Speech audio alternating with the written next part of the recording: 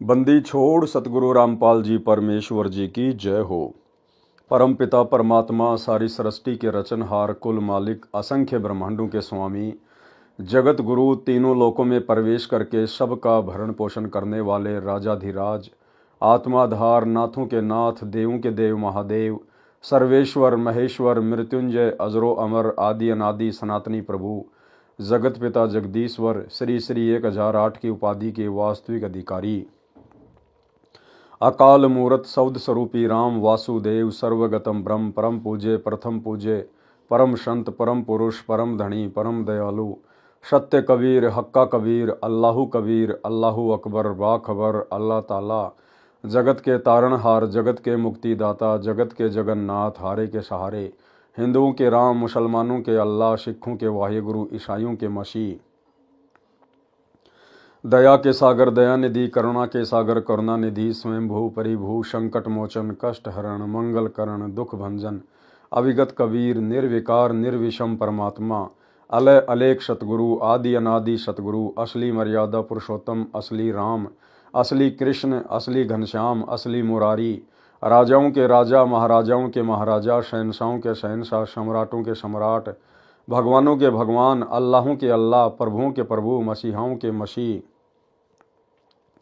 सच्चे वाहिगुरु बाबाओं के बाबा पीरों के पीर सेठों के सेठ जगत सेठ सावड़सा सेठ सर्वगुण संपन्न अनंत कोटि कलाओं के स्वामी अनंत कोटि ब्रह्मांडों के नायक योगियों में महायोगी ध्यानियों में महाध्यानी सिद्धों में परम सिद्ध ज्ञानियों में तत्वज्ञानी ब्रह्मज्ञानी महाज्ञानी परम ज्ञानी सर्वश्रेष्ठ ज्ञानी विज्ञानी युवा कबीर समरथ कबीर ऐशमवात अमित ओजा सच्चे रहनुमा करीम अल्लाह सुबहान अल्लाह दुनिया के अंतिम पैगंबर 8 सितंबर 1951 से गांव धनाना जिला सोनीपत हरियाणा भारतवर्ष की पावन भूमि पे प्रकट रियल कल्कि भगवान श्री नारायण साकार हरि श्री बाबा साहेब शब्द स्वरूपी राम संत शिरोमणि सतगुरु रामपाल जी परमेश्वर जी के चरण कमल में साध संगति से जुड़े हुए देश विदेश से सभी सत्सेवक भाई बहनों का अनंत कोटि दंडवत प्रणाम।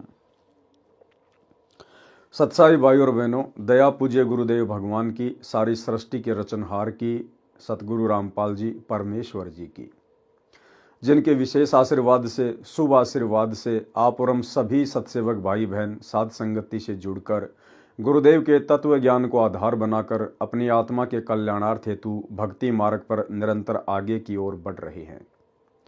भाई और बहनों, पूज्य गुरुदेव जी के कर कमल से लिखित पवित्र ग्रंथ मुक्ति बोध के ऊपर वीडियो बनाने की श्रृंखला जारी है। इस श्रृंखला में आज हमारा ये 15वें नंबर का वीडियो है। प्रत्येक वीडियो में गुरुदेव भगवान के आशीर्वाद से हमें बहुत कुछ भक्ति मार्ग से संबंधित बातें समझने और सीखने को मिलती हैं, जो बातें आप और हमारा विश्वास बढ़ाती हैं, भक्ति मार्ग पर हमें आगे बढ़ने के लिए प्रेरित करती हैं। भाई और बहनों, फिलहाल गुरुदेव के कर कमल से लिखित मुक्ति बोध के ऊपर राजा भर्तरी और गोपी चंद के ऊपर वीडियो चल रहा है। बहुत सारी बातें हमने उन दोनों महापुरुषों के जीवन से सीखी हैं कि किस प्रकार से एक योग्य और सुयोग्य भगत बना जा सकता है, किस प्रकार से गुरुदेव के वचन पर दृढ़ता के साथ टिक कर हम गुरुदेव के चरणों में जगह बना सकते हैं, मोक्ष के अधिकारी बन सकते हैं। आज इसी कथा में हम आगे बढ़ेंगे। थोड़ा बहुत जो प्रकरण शेष रह गया था कल के वीडियो का, आज इस वीडियो में गुरुदेव भगवान के आशीर्वाद से हम पढ़ेंगे। अलवर शहर के राजा के किले में पत्थर ढोने की नौकरी करना। यानी गोपीचंद और भर्तरी ने अपने गुरुदेव गोरखनाथ जी से प्रार्थना की, क्योंकि उनको ज्ञान हो गया था कि भैया ये राजपाट तो 4 दिन का है, ये मनुष्य जन्म तो 4 दिन का है, मरने के बाद ना तो ये राजपाट रहेगा ना कुछ और कोई सुख रहेगा, और यदि मोक्ष नहीं हुआ इस मनुष्य जन्म में तो ये मनुष्य जन्म प्राप्त करने का कोई प्रयोजन नहीं रह जाएगा। तो दोनों ने कहा कि गुरुदेव हम ऐसा क्या करें, हमें ऐसी साधना बताओ जिससे कि हमारा जन्म मरण का रोग समाप्त हो जाए, इसी जन्म में हमारा पूर्ण मोक्ष हो जाए। तो गोरखनाथ जी ने उन दोनों को कहा कि अलवर के राजा का किला बन रहा है, तुम वहां जाकर निःशुल्क मजदूरी करो और अपना पेट भरने के लिए अलग से काम करना पड़ेगा। ये रास्ता बताया श्री गोरखनाथ जी ने पूर्ण मोक्ष प्राप्ति का। दोनों भक्तों को मजदूर बना दिया, मजदूर। और अभी तक वो दोनों आत्माएं काल की मजदूर बनी हुई है, काल की मजदूर।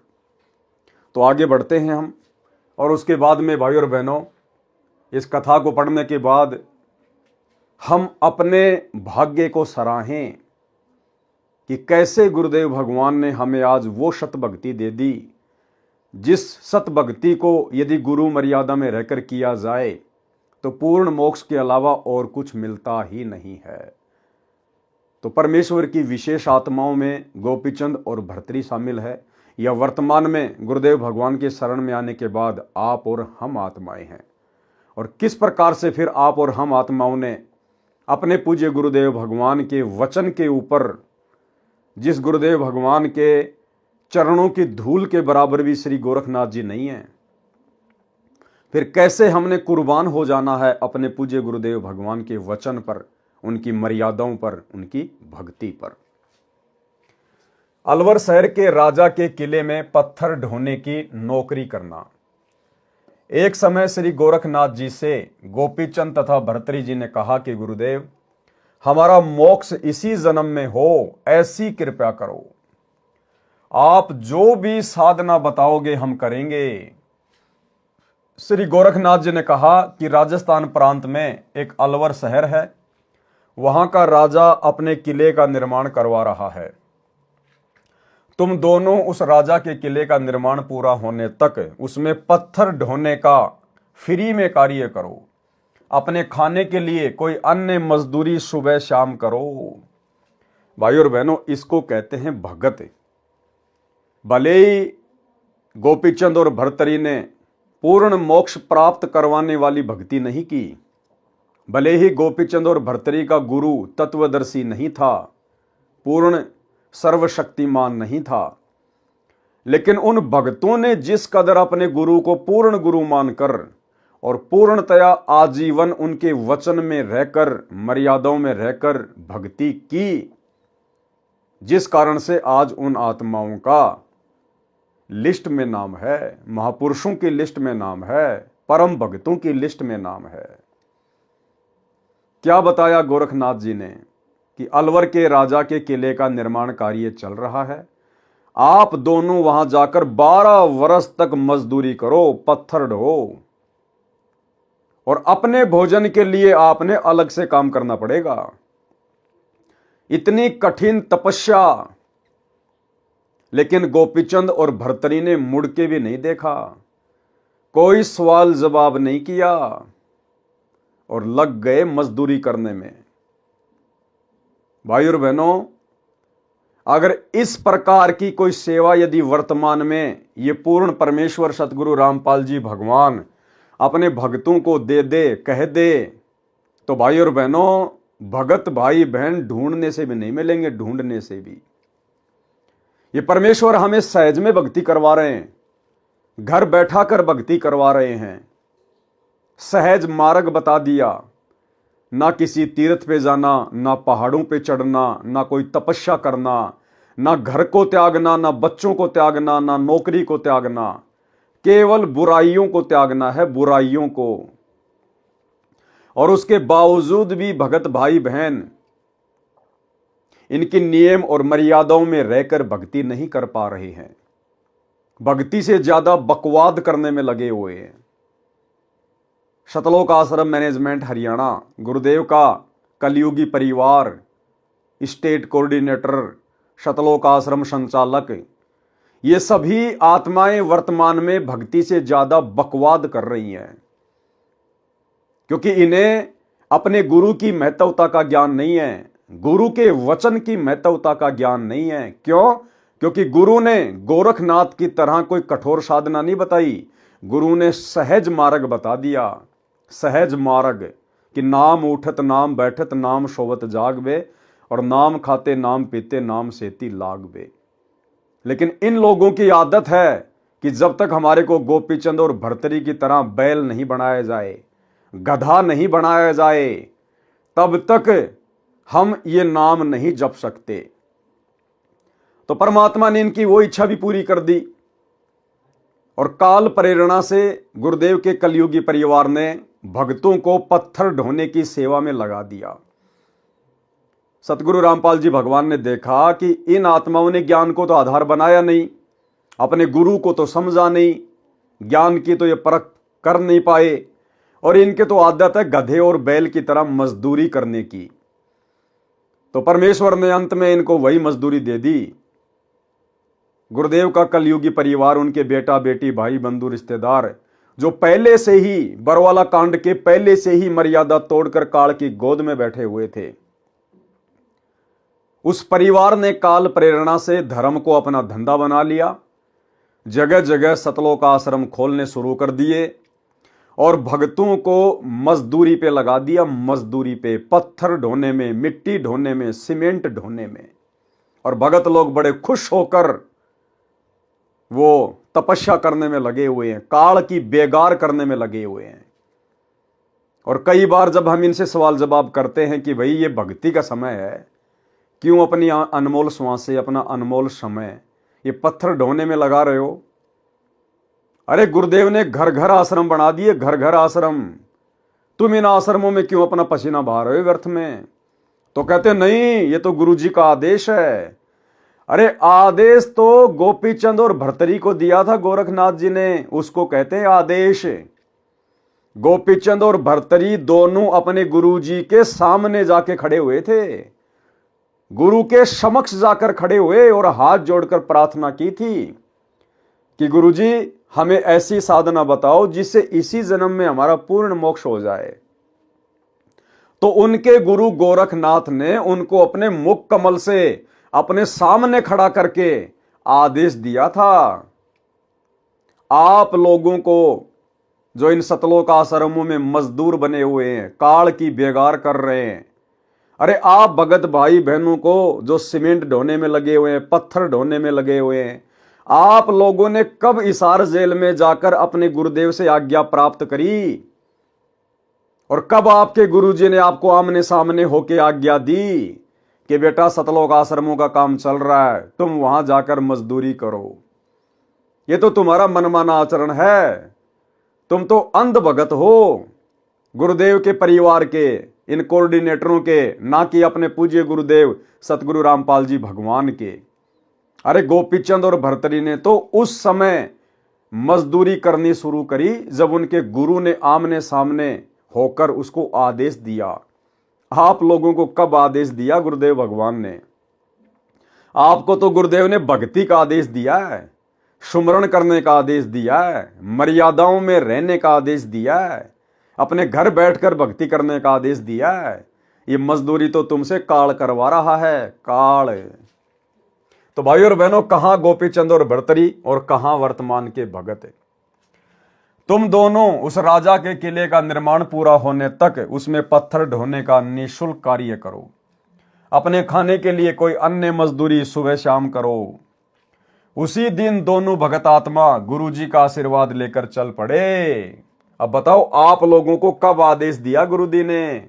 कब आपको आशीर्वाद दिया गुरुदेव भगवान ने कि बेटा तुम इन आश्रमों में अपना सिर मारो?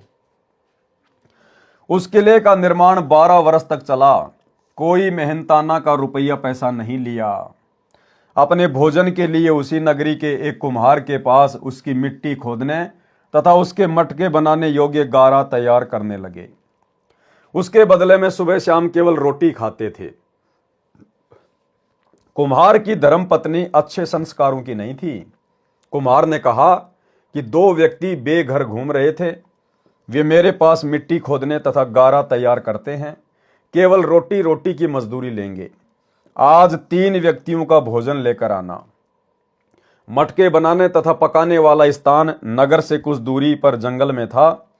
कुम्हारी 2 व्यक्तियों की रोटी लेकर गई और बोली कि इससे अधिक नहीं मिलेगी। भोजन रखकर घर लौट आई। कुम्हार ने कहा कि बेटा इन्हीं में काम चलाना पड़ेगा।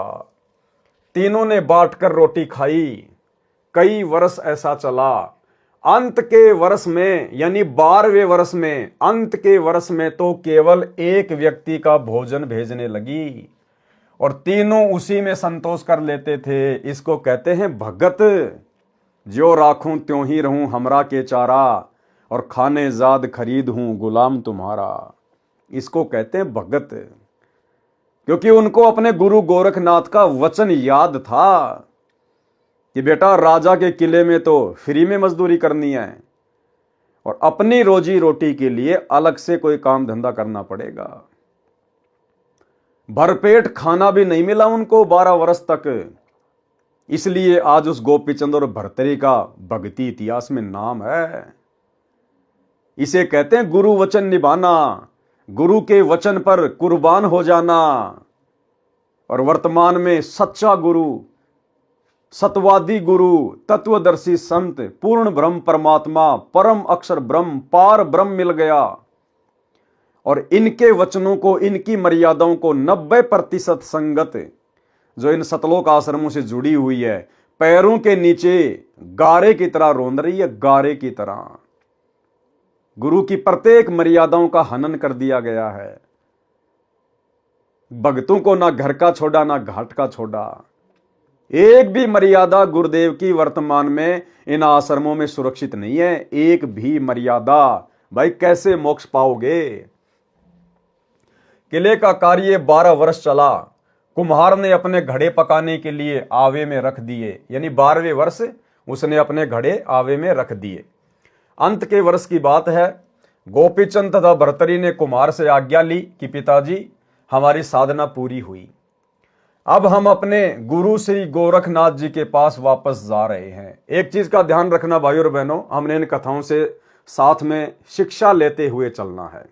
जब गोपीचंद और भर्तरी की 12 वर्ष की गुरु आज्ञा वाली साधना पूरी हो गई तो उन्होंने कुम्हार से आज्ञा ली। और क्या कहा? गोपीचंद तथा भर्तरी ने कुम्हार से आज्ञा ली कि पिताजी, आप और हम भगत भाई बहनों ने ये पिताजी शब्द अन्य किसी व्यक्ति के लिए प्रयोग नहीं करना है, क्योंकि हमने अपने पिताजी को भी भगत जी कहकर संबोधित करना है, भगत जी।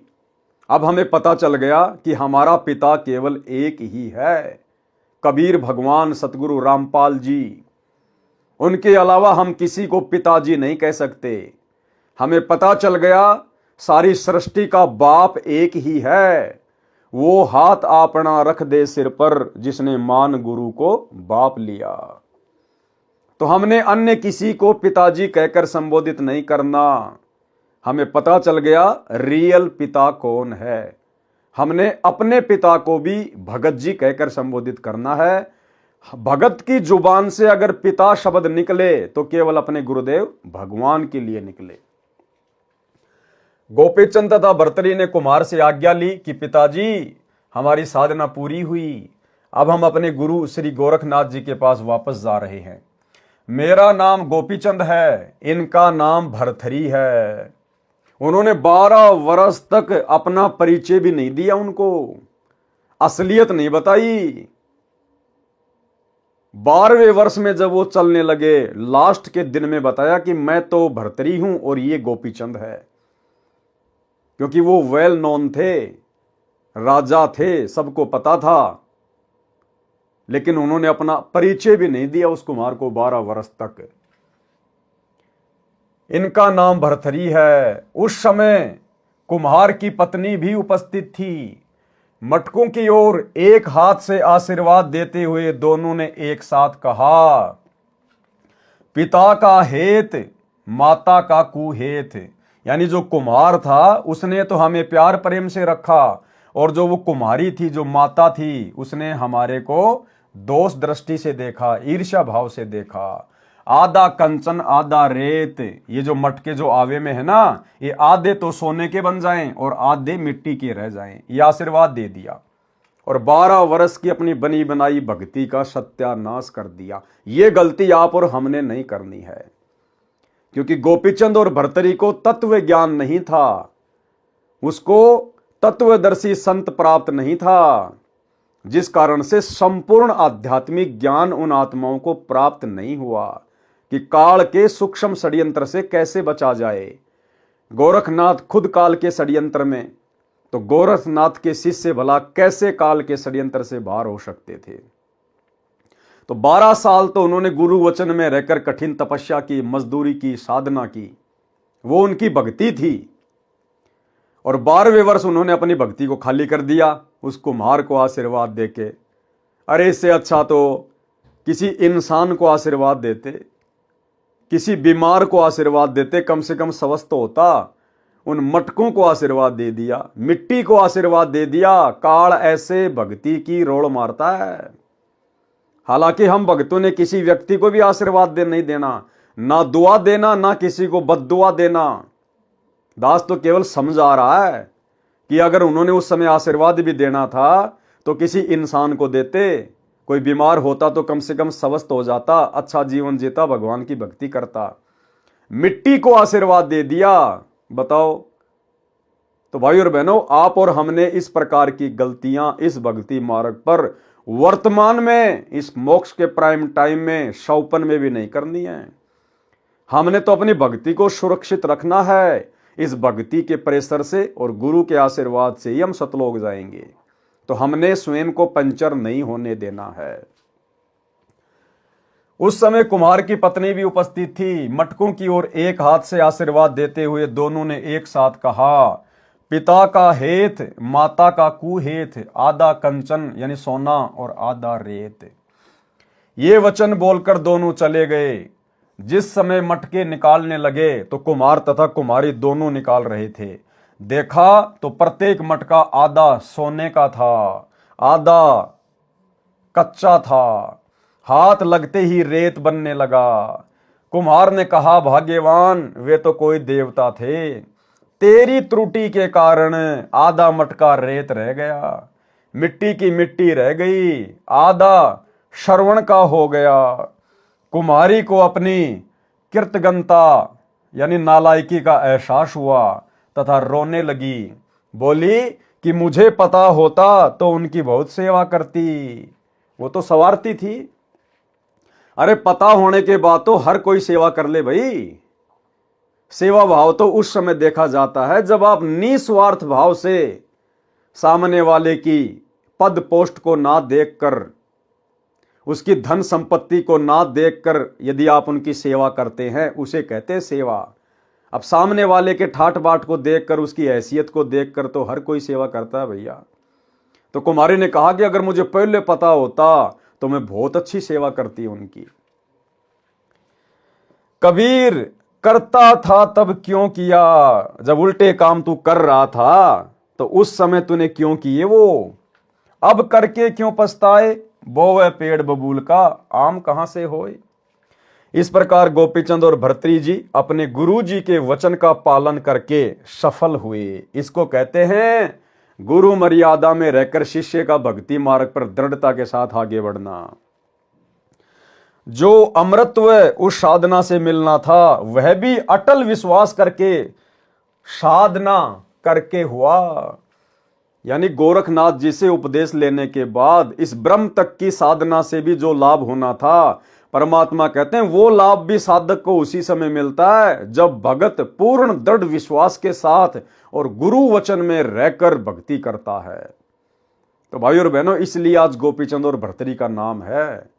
और वर्तमान के भगत जिनको सहज में भगवान मिल गया, परमात्मा मिल गया, गोपीचंद और भर्तृहरि को जिस सतगुरु के शौपन में भी दर्शन नहीं, आज वो परमात्मा हमें सहज में मिल गया। इसलिए हम इनकी कीमत नहीं पहचान पा रहे, हम इनके वचनों की जो है वो कदर नहीं कर पा रहे, क्योंकि परमात्मा आसानी से मिल गया और आसानी से मिलने वाली वस्तु की दुनिया जो है वो कदर नहीं करती है। यदि विवेकहीन तथा विश्वासहीन होते तो विचार करते कि यह कैसी भक्ति है, यह कार्य तो सारा संसार ही कर रहा है, मोक्ष के लिए तो तपस्या करते हैं या अन्य कठिन व्रत करते हैं।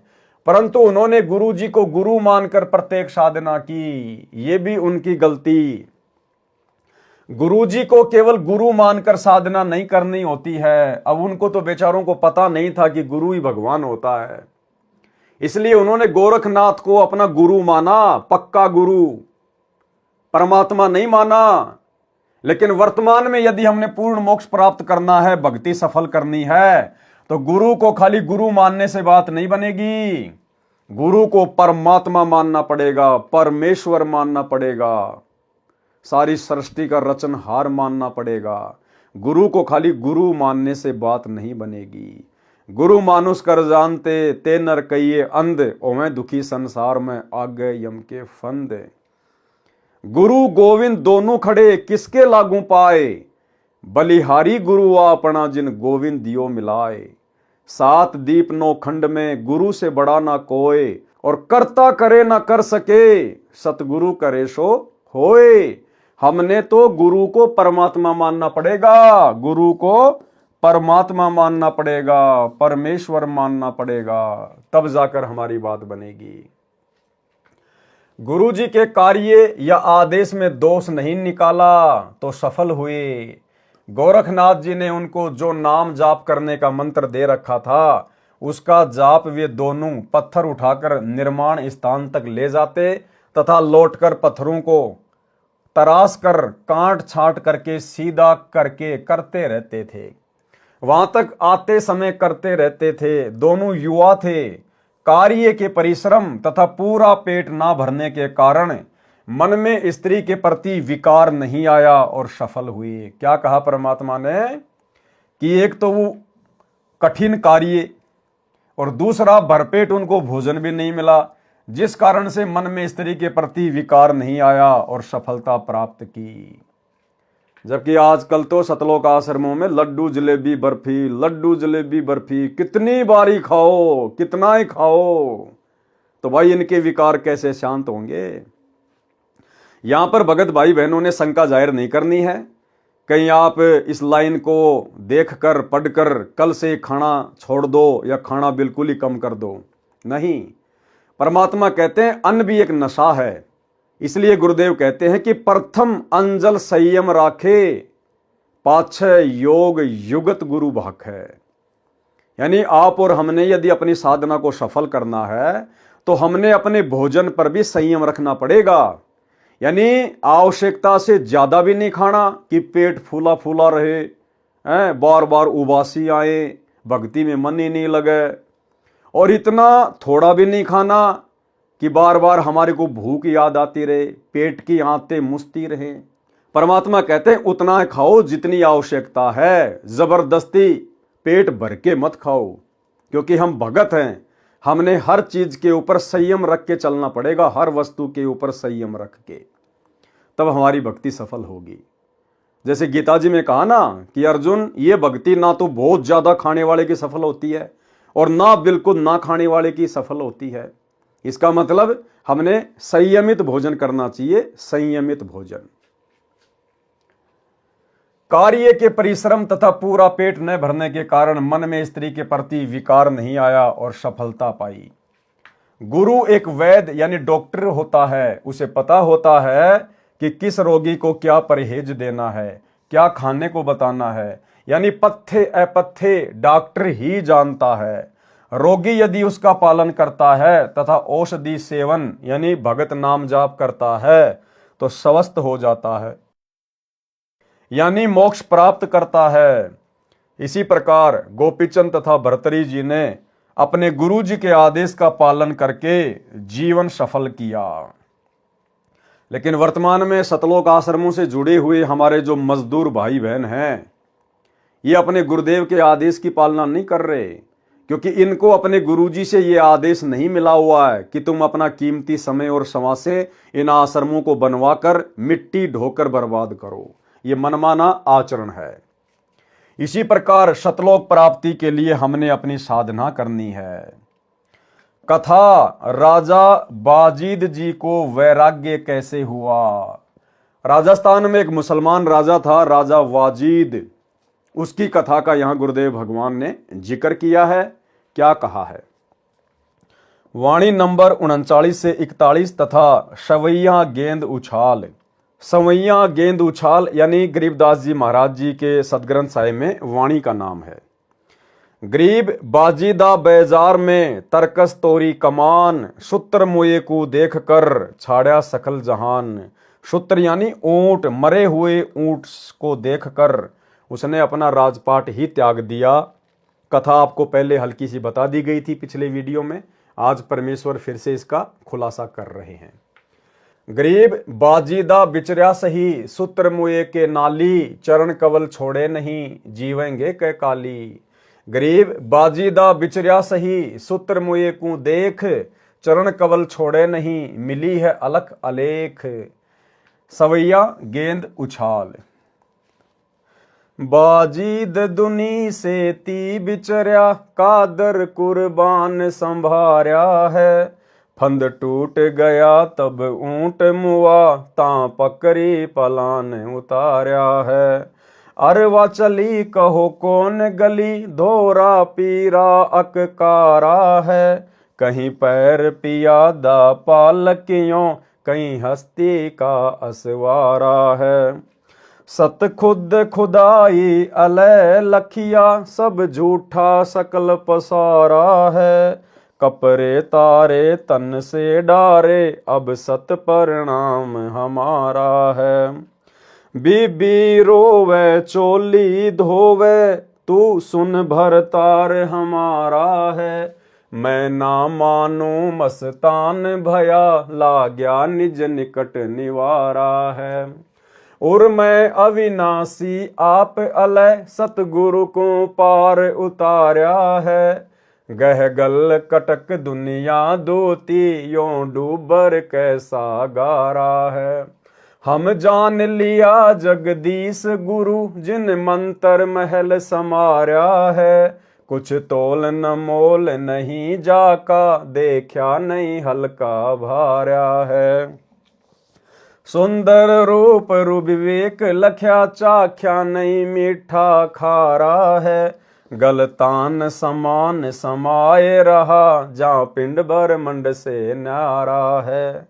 सुर संख समाधि लगाई रहे, देखा एक अजब हजारा है।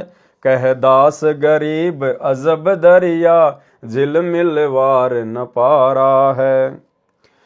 आगे परमेश्वर क्या लिख रहे हैं? सरलार्थ कथा। एक बाजीद नाम का मुसलमान राजा था। एक समय अपनी राजधानी से अन्य शहर में जा रहा था। रेगिस्तानी क्षेत्र था, ऊंटों पर चलते थे, सैकड़ों अंगरक्षक थे। मंत्री तथा प्रधानमंत्री, धर्मगुरु तथा वैद्य भी साथ चले। सब ऊंटों पर चढ़कर चल रहे थे। आगे पर्वतों के बीच से घाटी से होकर जा रहे थे। ऊंट एक के पीछे एक चल रहा था। वह घाटी इतनी तंग थी कि एक ऊंट ही चल सकता था। उस घाटी में एक ऊंट गिर गया और गिरते ही मृत्यु को प्राप्त हो गया। राजा का काफिला रुक गया, क्योंकि बराबर से निकलने का स्थान नहीं था। आगे ऊंटों की लंबी पंक्ति थी। घाटी की लंबाई भी 3-4 किलोमीटर थी और यह घटना बीच में हो गई। राजा ने कहा कि मेरी आज्ञा बिना काफिला किसने रुकवाया है, उसे बुलाओ। मंत्रीगण गए और आकर कारण बताया। राजा वाजिद ने कहा कि मुझे दिखाओ, मेरी आज्ञा के बिना ऊंट कैसे मर गया। वो राजा था, उसको पता ही नहीं था इन सब बातों का, सांसारिक झमेलों का। तो उसने कहा कि मेरी आज्ञा के बिना ऊंट कैसे मर गया और कैसे लेट गया। राजा ने देखा कि आंख ठीक, नाक ठीक, कान भी ठीक, टांग, दुम, गर्दन सब ठीक है, फिर कहां से मर गया। धर्म पीर गुरुओं ने बताया कि हे राजन, जिस प्राणी का जितना समय परमात्मा ने निर्धारित कर रखा है, वह उतने समय तक ही संसार में रहता है, चाहे मानव है या अन्य प्राणी। वाजिद बादशाह ने गुरुजी से प्रश्न किया कि क्या मैं भी मरूंगा। गुरुजी ने कहा, हां जी, आप भी मरोगे। आपके दादा परदादा भी राजा थे, वे भी मर गए। एक दिन सबको संसार छोड़कर जाना है। राजा बाजीद ने कहा कि पीछे चलो। काफिला पहले आगे गया। मृत ऊंट को उठाकर घसीट कर ले चले, फिर वापस राजधानी को चल पड़े। राजा बाजीद को झटका सा लगा कि मैं भी मरूंगा। फिर काहे का जीवन भाई, काहे का राजपाट, जब कुछ मेरे पास में सदा रहेगा ही नहीं, फिर जीकर क्या करना। और धर्मगुरु ने उसको बता दिया था कि इसका समाधान, अमर होने का समाधान केवल संतों के पास है। उसी समय काफिले को वापस राजमहल की तरफ मोड़ दिया कि चलो वापस। वैराग्य उत्पन्न हो गया। परमात्मा कहते हैं, एक कै चोट सिधारिया, जिन्हें गुरु मिलन दी आस। जिनको परमात्मा चाहिए होता ना, वो तो एक चोट में समझ जाते हैं। मालिक कहते हैं ज्ञान का और घाम का चमका सा ही होता है। राजा ने पूछा कि हे गुरुजी, फिर मानव जीवन का क्या लाभ है? गुरुजी ने बताया कि भगवान की भक्ति करके अमर हुआ जा सकता है। राजा ने घर आते ही राजशाही वस्त्र त्याग दिए, घर त्याग कर चल पड़ा। उसकी कई स्त्रियां रानियां थी, वे रोने लगी, हमारा क्या होगा, आप हमारे भरतार यानी हमारे पति हैं। वाजिद ने कहा, यह संसार तो डूबन जैसा गारा है, दलदल है, मैंने अमर होना है, मैं चला, मैं मानने वाला नहीं हूं। विचार करने की बात है। और भाई और बहनों, कथाएं तो गुरुदेव हमें असंख्यों बार सुना चुके हैं, लेकिन वर्तमान में ये कथाएं जो अब साथ संगति के माध्यम से भगत समाज तक पहुंचेंगी, इनका एक अलग ही निष्कर्ष निकलता चला जाएगा। वाजिद राजा था, सारे ठाट बाट थे, लेकिन चोट लग गई। परमात्मा के जन्म जन्मांतरों का भगत था, किसी जन्म में भक्ति बीज डला हुआ था। वैराग्य उत्पन्न हो गया, परमात्मा प्राप्ति के लिए राजपाट को छोड़कर चला गया। कुछ नहीं देखा कि मैं राजा हूं, मेरे पास इतने घोड़े हैं, इतनी घोड़ियां, इतने हाथी हैं, मेरे पास इतना धन है, इतनी संपत्ति है, इतनी मेरे रानियां हैं, सुंदर सुंदर स्त्रियां, सैकड़ों की संख्या में, हजारों की संख्या में राजा उस समय शादी विवाह किया करते थे। सब कुछ छोड़ छाड़ कर परमात्मा प्राप्ति के लिए घर से बाहर जंगल में चला गया। भाई और बहनों, यदि उन आत्माओं को उस समय सतगुरु मिल जाता, उनका तो बेड़ा पार था। राजा बाजिद को ना कोई सच्चा धर्मगुरु मिला, ना तत्व ज्ञान मिला, ना कोई मार्गदर्शन करने वाला मिला। इसके बावजूद भी ऐसी खटक लगी, राज्य त्याग दिया, हजारों स्त्रियां त्याग दी, संपत्ति त्याग दी। आज आप और हमें सच्चा गुरु मिल गया, सच्चा धर्म गुरु मिल गया, स्वयं परमात्मा ही है गुरुदेव भगवान, और सच्चा ज्ञान मिल गया, सृष्टि का सर्वोत्तम ज्ञान मिल गया। और आज आप और हम भगत भाई बहनों से अपने आत्म कल्याण के लिए एक स्त्री नहीं त्यागी जा रही, एक स्त्री। वर्तमान में स्त्री को त्यागने का मतलब है विषय वासनाओं से छुटकारा। औरत को नहीं त्यागना, औरत ने अपने पति को नहीं त्यागना, घर में रहना है, काम धंधा करना है, बच्चों का पालन पोषण करना है, भक्ति करनी है। औरत त्यागने का मतलब है विषय वासनाओं से छुटकारा प्राप्त करना, संभोग क्रिया से, काम वासना से छुटकारा प्राप्त करना। अरे जिनको आज भगवान मिल गया, सच्चा गुरु मिल गया, सतलोक का रास्ता मिल गया, सत भक्ति मिल गई, जो भक्ति चारों युगों में किसी को नहीं मिली। राजाओं ने राज त्याग दिए तो भी परमात्मा ने उनको कंप्लीट भक्ति नहीं दी। बलक बुखारे के बादशाह ने उस समय 16,000 रानियां त्याग दी तो भी परमात्मा ने कंप्लीट भक्ति का मार्ग नहीं दिया। और आज हमें सब कुछ मिल गया और हम केवल एक औरत को नहीं त्याग सकते, एक औरत अपने पति को नहीं त्याग पा रही, यानी विषय वासनाओं से छुटकारा प्राप्त नहीं कर पा रहे, फिर भला हम कैसे मोक्ष प्राप्त करेंगे भाई। और बार बार गुरु जी कहते हैं, और नित्य नियम के अंदर गुरुदेव ने जिन जिन वाणियों का समावेश किया है वो हमारे लिए विशेष तौर पर मानने योग्य हैं, यानी उनका तो हमने दृढ़ता से पालन करना पड़ेगा। गरीबदास जी के ग्रंथ साहिब में से, जिसमें 24,000 वाणियां हैं, उनमें से परमात्मा ने विशेष वाणियों को चुन चुन के नित्य नियम की पुस्तक में शामिल किया है। वो हमारे लिए विशेष तौर पर आज्ञा मानने योग्य हैं। और परमात्मा कहते हैं, कामी क्रोधी लालची इनसे भक्ति ना होए, और भक्ति करे कोई शूरमा जाति वर्ण कुल खोए। तो भाई वर्तमान में भगत भाई बहन, चाहे किसी को प्रथम नाम है, चाहे सतनाम है, चाहे सार नाम है, चाहे किसी ने सार शब्द ले रखा है, आज वर्तमान में गुरुदेव के ज्ञान आधार से आप और हम भगत भाई बहन कहां खड़े हैं? क्या हम मोक्ष प्राप्त करने के योग्य हैं? क्या हम मोक्ष प्राप्ति की लाइन में खड़े हैं?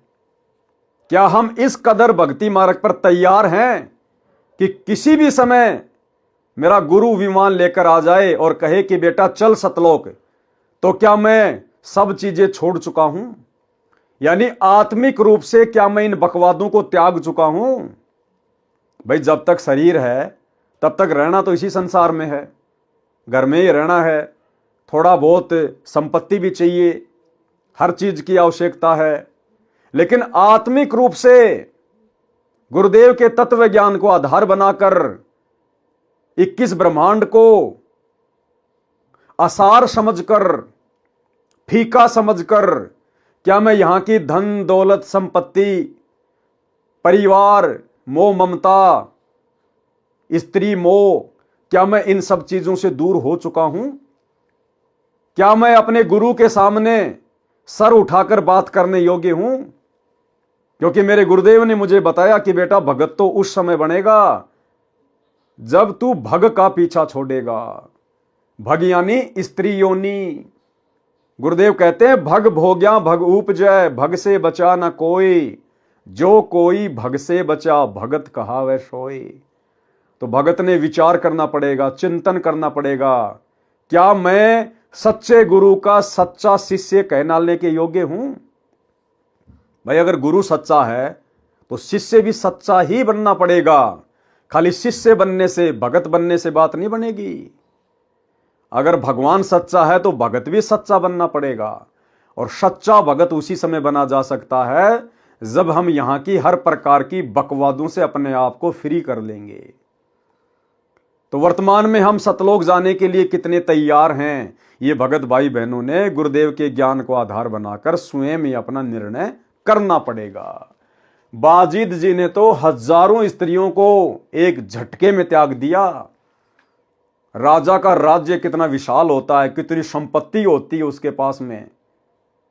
उस समय राजाओं के पास एक हाथी यानी एक मर्सिडीज गाड़ी, राजा के पास एक हाथी का मतलब है एक मर्सिडीज गाड़ी। हजारों हजारों हाथी होते थे। इब्राहिम सुल्तान के पास तो 18 लाख घोड़े थे, 18 लाख गाड़ियां, और एक झटके में ठोकर मार दी, एक झटके में। ऐसी आत्माएं मोक्ष प्राप्त करती हैं, उसको कहते हैं त्यागना, वैराग्य धारण करना। राजा ने घर आते ही राजशाही वस्त्र त्याग दिए। अब ये तो उसकी अपनी सोच थी, बाकी वस्त्र चाहे कैसे पहनो अगर भक्ति सही है तो। राजा ने घर आते ही राजशाही वस्त्र त्याग दिए, घर त्याग कर चल पड़ा। घर इसलिए त्यागा क्योंकि उसको कोई सच्चा मार्गदर्शक नहीं मिला। अगर कोई सच्चा गुरु मिलता, तत्वदर्शी संत मिलता, तो कहता बेटा भक्ति मार्ग सही पकड़, गुरु सच्चा पकड़, और अपना राज भी कर, न्याय कर, किसी को दुखी मत कर, जनता पे फालतू में आवश्यकता से ज्यादा टैक्स मत लगा, और बेटा अपना राज भी कर, अपनी भक्ति भी कर। उसको घर छोड़ना ही नहीं पड़ता। लेकिन उसको मार्गदर्शक सही नहीं मिला था, घर त्याग कर चल पड़ा। उसकी कई स्त्रियां यानी बहुत सारी औरतें, वे रोने लगी, हमारा क्या होगा, आप हमारे भरतार यानी पति हैं। बाजिद ने कहा यह संसार तो डूबने जैसा दलदल है, मैंने अमर होना है, मैं चला, मैं मानने वाला नहीं हूं। अब ये शब्द हमें अच्छे से समझ में आएगा परमात्मा का। बाजिद दुनी से ती बिचर्या, कादर कुर्बान संवार्या है। यानी बाजिद को दुनिया की हकीकत समझ में आ गई कि ये तो डूबन जैसा गा रहा है। जब तक वो कादर भगवान नहीं मिलेगा तब तक बात नहीं बनेगी। फंद टूट गया तब ऊंट मुआ, ता पकर पलान उतारा है। उस ऊंट के मरने के कारण बाजिद का जीवन पलट गया। जीवन अरवा चली कहो कौन गली, धोरा पीरा अककारा है। धोला पीला या काला है, कहीं पैर पियादा पालकियों, कहीं हस्ती का असवारा है। पालकियों से नीचे पैर नहीं रखता था बाजिद, इतना धनी राजा था, इतनी बड़ी हस्ती थी उसकी, लेकिन निकल गया घर से। सत खुद खुदाई अलय लखिया, सब झूठा सकल पसारा है। कपड़े तारे तन से डारे, अब सत परिणाम हमारा है। घर पे आके अपने राजशाही जो कपड़े थे वो त्याग दिए और अपनी औरतों को और सबको हाथ जोड़ के प्रणाम किया कि भैया हम तो चले परमात्मा प्राप्ति के लिए। बीबी रोवे चोली धोवे, तू सुन भरतार हमारा है। औरतें कहने लगी, उसकी रानियां, बीवी यानी रानियां, रोने लगी। चोली धोवे यानी आंखों से आंसू निकाल निकाल के अपने सारे जो कपड़े थे वो भिगो लिए, रोने लगी। बीबी रोवे चोली धोवे, तू सुन भरतार हमारा है। मैं ना मानू मस्तान भया, लाग्या निज निकट निवारा है। कि भाई अब मैं मानने वाला नहीं हूं, अब तो मेरा समय आ गया परमात्मा से मिलने का। और मैं अविनाशी आप अलय सतगुरु को पार उतारा है। गए गढ़ कटक दुनिया दूती, यो डूबण जैसा गारा है। कि ये दुनिया तो भाई दलदल है, अगर भक्ति नहीं मिली, भगवान नहीं मिला तो ये मनुष्य जन्म बर्बाद हो जाएगा, मैं तो डूब जाऊंगा 84 लाख योनियों में। हम जान लिया जगदीश गुरु, जिन मंत्र महल समारा है। अब भाई जगदीश गुरु तो आप और हमें मिला है, बेचारे बाजिद को नहीं मिला था। लेकिन जैसा भी उसको ज्ञान हुआ, जैसा भी उसको कोई गुरु मिला, परमात्मा ही आए किसी न किसी रूप में और मालिक ने उसको भक्ति पे लगाया उस समय। हम जान लिया जगदीश गुरु, जिन मंत्र महल समारा है। जिन्होंने मुझे भक्ति के मंत्र देकर मेरे इस महल को, मेरे इस जो है वो शरीर को उन्होंने संवार दिया। कुछ तोलन मोल नहीं जाका, देखा नहीं हल्का भारा है। उस परमात्मा का कोई तोड़ नहीं, कोई उसका मोल नहीं, यानी उसकी शक्ति का, उसकी समर्थता का कोई वारन पार नहीं। सुंदर रूप विवेक लख्या, चाख्या नहीं मीठा खारा है। गलतान समान समाये रहा, जा पिंड ब्रह्मंड से न्यारा है। सुर संख समाधि लगाए रहे, देखा एक अजब हजारा है। कह दास गरीब अजब दरिया, झिलमिल वार न पारा है। यानी उस समय वो काल की भक्ति पे लगा रहा।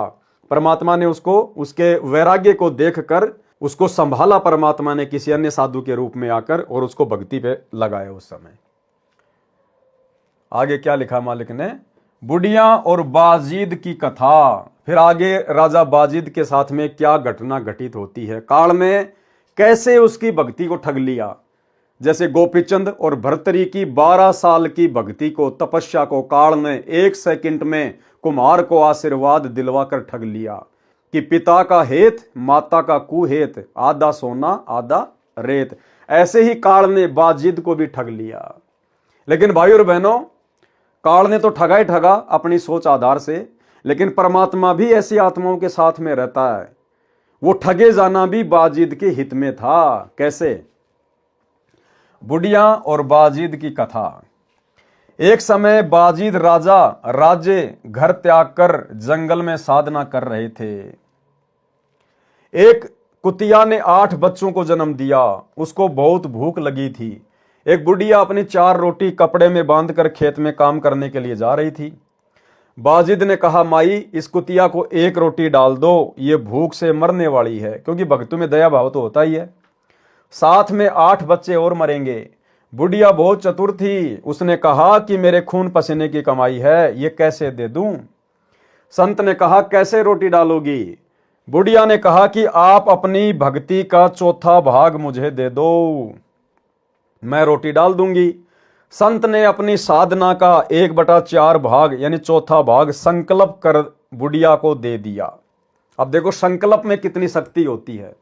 अगर हृदय से संकल्प किया जाए तो बाजिद ने अपनी भक्ति अंदर से हाथ दे के निकाल के नहीं दी।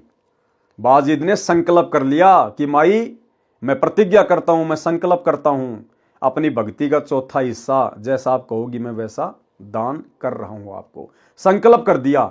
संकल्प करते ही तुरंत ऑटोमेटिक उसके अकाउंट से भक्ति धन निकल गया। जैसे एक तो हम लोग बैंक में जाएं, बैंक से हम लोग पैसे लेकर आए, इतने सारे निकाल के लेके आए। और एक आजकल जैसे मोबाइल से आपने फोन पे से, गूगल पे से लाखों रुपए आप किसी को भेज दो, आपके खाते से ऑटोमेटिक पैसे माइनस हो जाएंगे। आपने मोबाइल में से नोटों के बंडल थोड़े निकाले हैं जो आपका बैलेंस डाउन हो गया। इसको कहते हैं संकल्प। ये भक्ति मार्ग है, ये इस प्रकार से कार्य करता है। संत ने अपनी साधना का 1/4 भाग संकल्प कर बुढ़िया को दे दिया। बुढ़िया ने 1 रोटी कुतिया को डाल दी। फिर भी कुतिया भूखी थी। करते करते 4 रोटी कुतिया को डाल दी और संत बाजिद ने अपनी सर्व भक्ति कमाई बुढ़िया को संकल्प कर दी। काल ने देखो यहां उसको ठग लिया, जिससे कुतिया तथा उसके बच्चों का जीवन बचा। रोटी देने से माई को भक्ति की कमाई प्राप्त हुई और बाजिद जी भक्ति पुण्यहीन हो गया, परंतु कुतिया और उसके बच्चों को जीवन दान देने के कारण स्वर्ग प्राप्ति हुई। अब स्वर्ग को क्या चाटेगा भाई। अब देखो काल ने तो उसकी भक्ति नष्ट करवा दी। आप और हमारे लिए शिक्षा है ये। आप और हम भगत भाई बहनों ने इस प्रकार से बिल्कुल भी अपनी भक्ति को संकल्प नहीं करना है, किसी को आशीर्वाद नहीं देना। अब काल वर्तमान में कैसे ठगेगा हमें? दुआ और बद्दुआ के माध्यम से गुस्सा दिलाएगा, आपस में थोड़ा मोड़ा लड़ाई झगड़ा हो जाएगा, और फिर क्या करेगा भगत? तेरा सत्यानाश हो जाए, तेरा छोरा मर जाए, तेरा ये हो जाए। भगत के मुंह से इस प्रकार के शब्द यदि निकल गए, इसका मतलब आपने उसको बद्दुआ दे दी, आपने अपनी भक्ति को संकल्प कर दिया। अगर आपने किसी को आशीर्वाद दे दिया कि ये भगवान उसका छोरा बच जाए, हे भगवान मेरा तो एक ही भांजा है, हे भगवान हॉस्पिटल में है, हे परमात्मा मेरी उम्र उसको लग जाए, इस प्रकार से कहते ही तुरंत आपका बैलेंस फोन पे की तरह तुरंत आपके वहां से बाहर निकल जाएगा। तो वर्तमान में काल हमें इस प्रकार से ठगेगा, दुआ और बद्दुआ के माध्यम से। तो हम भगत भाई बहनों ने अपना मुंह बंद रखना है। हम भक्तों के शब्दों की कीमत है, आम दुनिया से लाखों गुना ज्यादा कीमत हम भक्तों के शब्दों की है। इसलिए परमात्मा कहते हैं तीर कमान से और बात जुबान से सोच समझ के निकालनी चाहिए। एक बार निकाल दी फिर वापस नहीं आएगी। तो भक्तों ने किसी को दुआ नहीं देनी, चाहे कोई कैसा ही, चाहे वो खुशी का माहौल हो, आपको चाहे कितनी प्रसन्नता हो, कितना ही खुशी हो। भगत ने किसी को भी आशीर्वाद नहीं देना, दुआ नहीं देना, किसी के अच्छे की कामना नहीं करना, good morning, good afternoon, good evening नहीं बोलना। और कोई कितना ही दुखी हो, कितना ही परेशान हो, वो अपने कर्मों से परेशान है, हमने आशीर्वाद नहीं देना, उसके भले की नहीं सोचनी। अगर उसके भले की सोचनी है तो परमात्मा का ज्ञान बता दो, परमात्मा से जुड़ने की विधि बता दो, भक्ति पे लगने की विधि बता दो। इससे अच्छा भला और कोई उसका नहीं कर पाएगा। तो हम भक्तों ने सावधान रहना।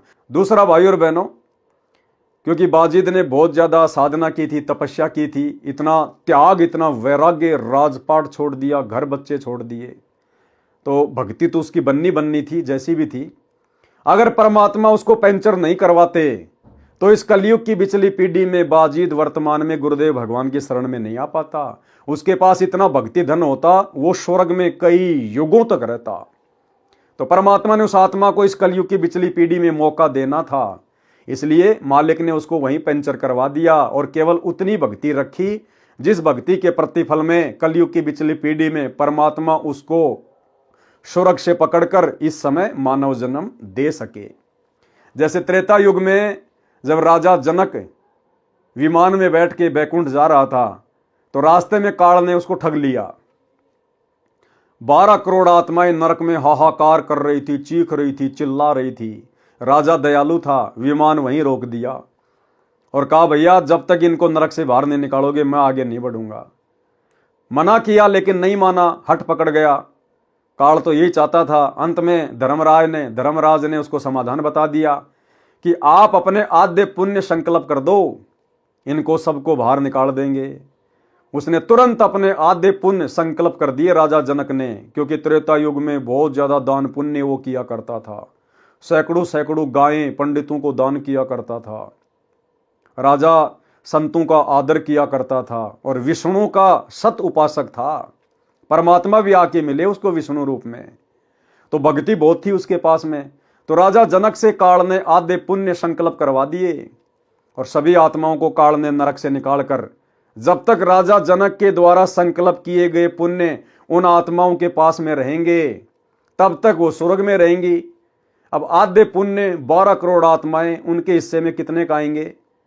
कोई 1 साल का स्वर्ग ले लो, 2 साल का ले लो। उसके बाद फिर उन आत्माओं को नीचे नरक में पटका जाएगा। यानी उनको तो अपना जो कर्म था वो भोगना ही भोगना था, लेकिन राजा जनक को काल ने ठग लिया। अब उसमें भी भाई और बहनों परमात्मा की मर्जी थी, क्योंकि राजा जनक नानक वाली आत्मा थी। परमात्मा ने उसका बेड़ा पार करना था, इस कलयुग की पिछली पीढ़ी में उसको मनुष्य जन्म देना था। तो परमेश्वर को मालूम था कि इसके पास इतने पुण्य हैं, अगर इसको पंचर नहीं करवाया गया तो काल इसको स्वर्ग से नीचे नहीं आने देगा और ये कलयुग की पिछली पीढ़ी वाला समय निकल जाएगा। तो परमात्मा ने उसके उतने ही वो पुण्य संकल्प करवाए कि बस जब तक वो कलयुग की पिछली पीढ़ी वाला समय नहीं आता है तब तक ये अपने पुण्य ऊपर भोगेगा, और जब इसके पुण्य समाप्त होने होंगे उस समय ये समय आ जाएगा भक्ति का, उस समय फिर इसको नीचे पटक दिया जाएगा। लेकिन भाई और बहनों, वर्तमान में हमने बिल्कुल भी ऐसी गलती नहीं करनी है। वर्तमान में तो हमने अपनी भक्ति को हर प्रकार से सुरक्षित रखना है, चाहे कोई नरक में चीखो, चाहे कोई धरती पे चीखो। परमात्मा का रास्ता बता दो, गुरुजी से जुड़ने का मार्ग बता दो। अपने टायर से दूसरे के टायर में हवा डालोगे, उसका भी काम नहीं चलेगा, हम भी पंचर हो जाएंगे। तो भैया जहां पे हवा डाली जाती है उस दुकान का एड्रेस बता दो, वहां जाके भरवा लेगा अगर समझदार होगा तो। हमने अपनी भक्ति को बर्बाद नहीं करना है। पतिव्रता के अंग का सरलार्थ, पतिव्रता का भावार्थ पूर्व में सारांश में बता दिया गया है। यानी कल जो वीडियो चला था 14 नंबर, उसमें पतिव्रता के विषय में बहुत सारी बातें गुरुदेव के आशीर्वाद से हो चुकी हैं। अब जो वाणियां हैं पतिव्रता के अंग की, उन वाणियों को गुरुदेव ने लिखा है और हल्का हल्का उनका सरलार्थ किया है। गरीब पतिव्रता तिन जानिए नाही आन उपावे, एक मन एक दिशा छोड़े भक्ति न भावे। पतिव्रता उसी को कहते हैं जो केवल अपने एक इष्ट, अपने एक गुरु को ही अपना सर्वस्व माने, अन्य किसी को भी ना पूजे। ना ही आन उपाव, आन उपाव माने किसी अन्य की उपासना, यानी अन्य को परमात्मा मान के ना पूजे। गरीब पतिव्रता सो जानिए नाही आन उपावे, एक मन एक दिशा दूजा नहीं लगावे। अपने गुरु के अलावा किसी और से लगाव नहीं होना चाहिए इष्ट रूप में। गरीब पतिव्रता सो जानिए माने पीव की आन, दूजे से दावा नहीं एक दिशा ध्यान। दूसरे की तरफ हमने ध्यान ही नहीं करना कि हमारे गुरु के अलावा कोई और भी भगवान है, कोई और भी कोई कबीर जी है, सपने में भी नहीं सोचना है। गरीब पतिव्रता सो जानिए माने पीव की कान, पीव भावे सोई करे बिन आज्ञा नहीं खान। यानी हमारा गुरु, हमारा पति जो मर्जी करे, हमने उसकी तरफ नहीं देखना। गुरु ने हमें क्या आज्ञा दी है, बिन आज्ञा नहीं खान। हमारा गुरु क्या कर रहा है, हमारा गुरु भले शराब पी रहा है, मांस खा रहा है, कोई भी उल्टा काम कर रहा है, हमने उसकी तरफ नहीं देखना। हमने गुरु की जो करनी है उसकी तरफ नहीं देखना। अगर गुरु समझ में आ गया तो, ज्ञान समझ में आ गया तो, गुरु ने हमें किस प्रकार से भक्ति मार्ग पर रहने की, खाने की, पीने की आज्ञा दी है, हमने उस हिसाब से आगे बढ़ना है। गुरु को नहीं देखना गुरु क्या कर रहा है, हमारे लिए क्या आज्ञा है, हमने उस हिसाब से आगे बढ़ना है। गरीब पतिव्रता सो जानिए माने पीव की कान, पीव भावे सोई करे। पीव यानी परमात्मा जो चाहे सो करे, बिन आज्ञा नहीं खान। लेकिन भगत ने तो केवल आज्ञा का पालन करना है। गरीब पतिव्रता सो जानिए चरण कमल में ध्यान। पतिव्रता वही है जो अपने गुरु के चरण कमल में ध्यान रखे। भाई जब गुरु के चरण कमल में ध्यान रखना है तो फिर ये क्या है, एक पलक भूले नहीं आठों वक्त अमान। एक पलक भूले नहीं, भाई अपने गुरु को एक पलक भी नहीं भूलना, तो फिर इनको याद करने के लिए तो समय नहीं रहा, इनको याद करने का तो फिर कोई स्थान ही नहीं है। एक पलक भूले नहीं आठों वक्त अमान, और आठों पहर शांति में रहे। गरीब पतिव्रता सो जानिए जाने अपना पीव। पतिव्रता उसी को कहते हैं जो अपने भगवान को जानती है, पहचानती है। तो आज हम सत्सेवक भाई बहनों ने पहचान लिया कि हमारा असली जो पति है वो कौन है, कहते हैं पतिव्रता उसी को कहते हैं जो जाने अपना पीव और आन ध्यान से रहत हुई चरण कमल में जीव। आन ध्यान से किसी और की पूजा पाठ ना करे, आन उपासना ना करे। गरीब पतिव्रता सोई लखो जाने अपना कंत। कंत यानी स्वामी, जो अपने स्वामी को जानती है, पहचानती है, वही असल में पतिव्रता औरत है कि मेरा गुरु खुद ही कबीर भगवान है, सारी सृष्टि का मालिक है। गरीब पतिव्रता सोई लखो जाने अपना कंत। आन ध्यान से रहत होई गाहक मिले अनंत। चाहे कितने देवी देवता क्यों ना मिले, घर के सामने आके खड़े क्यों ना हो जाएं, चाहे ये नकली कबीर दाढ़ी मूछ वाला भी घर के सामने आके खड़ा क्यों ना हो जाए कि मैं भगवान हूं, मैं कबीर हूं, बोले भैया हम आपको नहीं जानते, दो जोड़े हाथ, चले जाओ यहां से। गरीब पतिव्रता के बरत है अपने पीयूसु हेत। यानी पतिव्रता का एक संकल्प होता है, वो केवल अपने ही पति के साथ जुड़ी हुई होती है, उसका प्रेम, उसका हेत केवल अपने गुरुदेव से होता है। आन उपासी वो मिले जिनसे रहे संकेत। आन उपासी चाहे कितने मिलो, हमारे को भ्रमित करने वाले कि वो व्रत कर ले, उस देवता की पूजा कर ले, वहां पे घूमने चलेंगे, वहां पे जो है वो तीर्थ पे चलेंगे, कहले आन उपासी बहुत मिले जिनसे रहे संकेत, उनसे सावधान रहे। गरीब पतिव्रता सो जानिए जाके दिल नहीं और। असल में पतिव्रता भगत कौन है, पतिव्रता आत्मा कौन है, जाके दिल नहीं और, जिसके दिल में अपने गुरु के अलावा और कोई परमात्मा नहीं, कोई भगवान नहीं, कोई इष्ट नहीं। जबकि सतलोक आश्रमों से जुड़े हुए भाई बहनों के दिलों में तो ये नकली कबीर, नकली मुर्दा फोटो बसी हुई है। 8 सितंबर को तो अपने गुरु जी को पूज लेंगे और जून के महीने में इस कागज के टुकड़े को, मुर्दा फोटो को कबीर भगवान मानकर उसका प्रगट दिवस मना लेंगे। तो इनके दिल में तो बहुत सारे बैठे हुए हैं, ये पतिव्रता आत्मा के लक्षण नहीं है। गरीब पतिव्रता सो जानिए जाके दिल नहीं और हम सत्सेवकों के दिल में केवल हमारे गुरुजी हैं। इस फोटो को हमने पाड़ पाड़ के फेंक दिया, अपने घर से निकाल दिया, अपने दरबार से निकाल दिया। हम इसको दंडवत नहीं करते, कुछ नहीं करते, केवल अपने गुरुदेव भगवान से हमारा संबंध है। गरीब पतिव्रता सो जानिए जाके दिल नहीं और। अपने पीव के चरण बिना 3 लोक नहीं ठोर। सरलार्थ, वाणी नंबर 10 का सरलार्थ पहले कर दिया है। जैसे पतिव्रता स्त्री अपने पति के अतिरिक्त किसी पुरुष को पति यानी स्वामी के भाव से नहीं चाहती है, चाहे वह कितना ही सुंदर हो, धनी हो या बड़ा अधिकारी हो, चाहे राजा भी क्यों ना हो, उसे पतिव्रता कहते हैं। जो अपने पति के अतिरिक्त, अब हमारा वर्तमान में कौन है पति, समझ में आ गया ना, हमारे गुरुदेव भगवान हमारे पति हैं। तो क्या कह रहे हैं, पति के अतिरिक्त किसी पुरुष को पति यानी स्वामी भाव से नहीं चाहती। जबकि आश्रम वाले भाई बहन तो अपने पति, अपने भगवान, अपने कबीर जी के भाव से इस फोटो को पूज रहे हैं जून के महीने में। चाहे वह कितना ही सुंदर हो, धनी हो या बड़ा अधिकारी हो, चाहे राजा भी क्यों ना हो, उसे कहते हैं पतिव्रता स्त्री, पतिव्रता आत्मा। कथा, एक व्यक्ति राजा का नौकर था, उसको अपनी पत्नी पर पूर्ण विश्वास था कि वह पतिव्रता है, जिसकी महिमा वह अपने साथियों में बार बार करता था। आप और हमने नहीं करनी है, ये तो एक कथा है जो गुरुदेव हमें बता रहे हैं शिक्षा के लिए कि पतिव्रता कैसी होती है। हमने वर्तमान में महिमा केवल अपने गुरु की करनी है, अपने भगवान की करनी है, गुरुदेव की। ना पत्नी ने अपने पति की करनी है, ना पति ने अपनी पत्नी की करनी है। किसी के बेटा बेटी बहुत बड़े कोई अधिकारी बन गए, कोई नौकरी लग गए हैं, रिश्तेदारियों में जाकर, भक्तों के बीच में बैठकर, आश्रम में जाकर अपने बच्चों की महिमा के गीत नहीं गाने कि मेरा लड़का DCM बन गया, मेरा लड़का DC बन गया, मेरा लड़का IAS अधिकारी है। 1 सेकंड में फूंक निकल जाएगी, एक्सीडेंट में मर जाएगा, फिर करना जिक्र कि मेरा बेटा DCM था, मेरा बेटा IAS अधिकारी था। हमने महिमा केवल इस जीव से अपने भगवान की करनी, अपनी औलाद की नहीं करनी। उसको अपनी पत्नी पर पूर्ण विश्वास था कि वह पतिव्रता है, जिसकी महिमा वह अपने साथियों में बार बार करता था। एक दिन बात राजा के दरबार में पहुंच गई।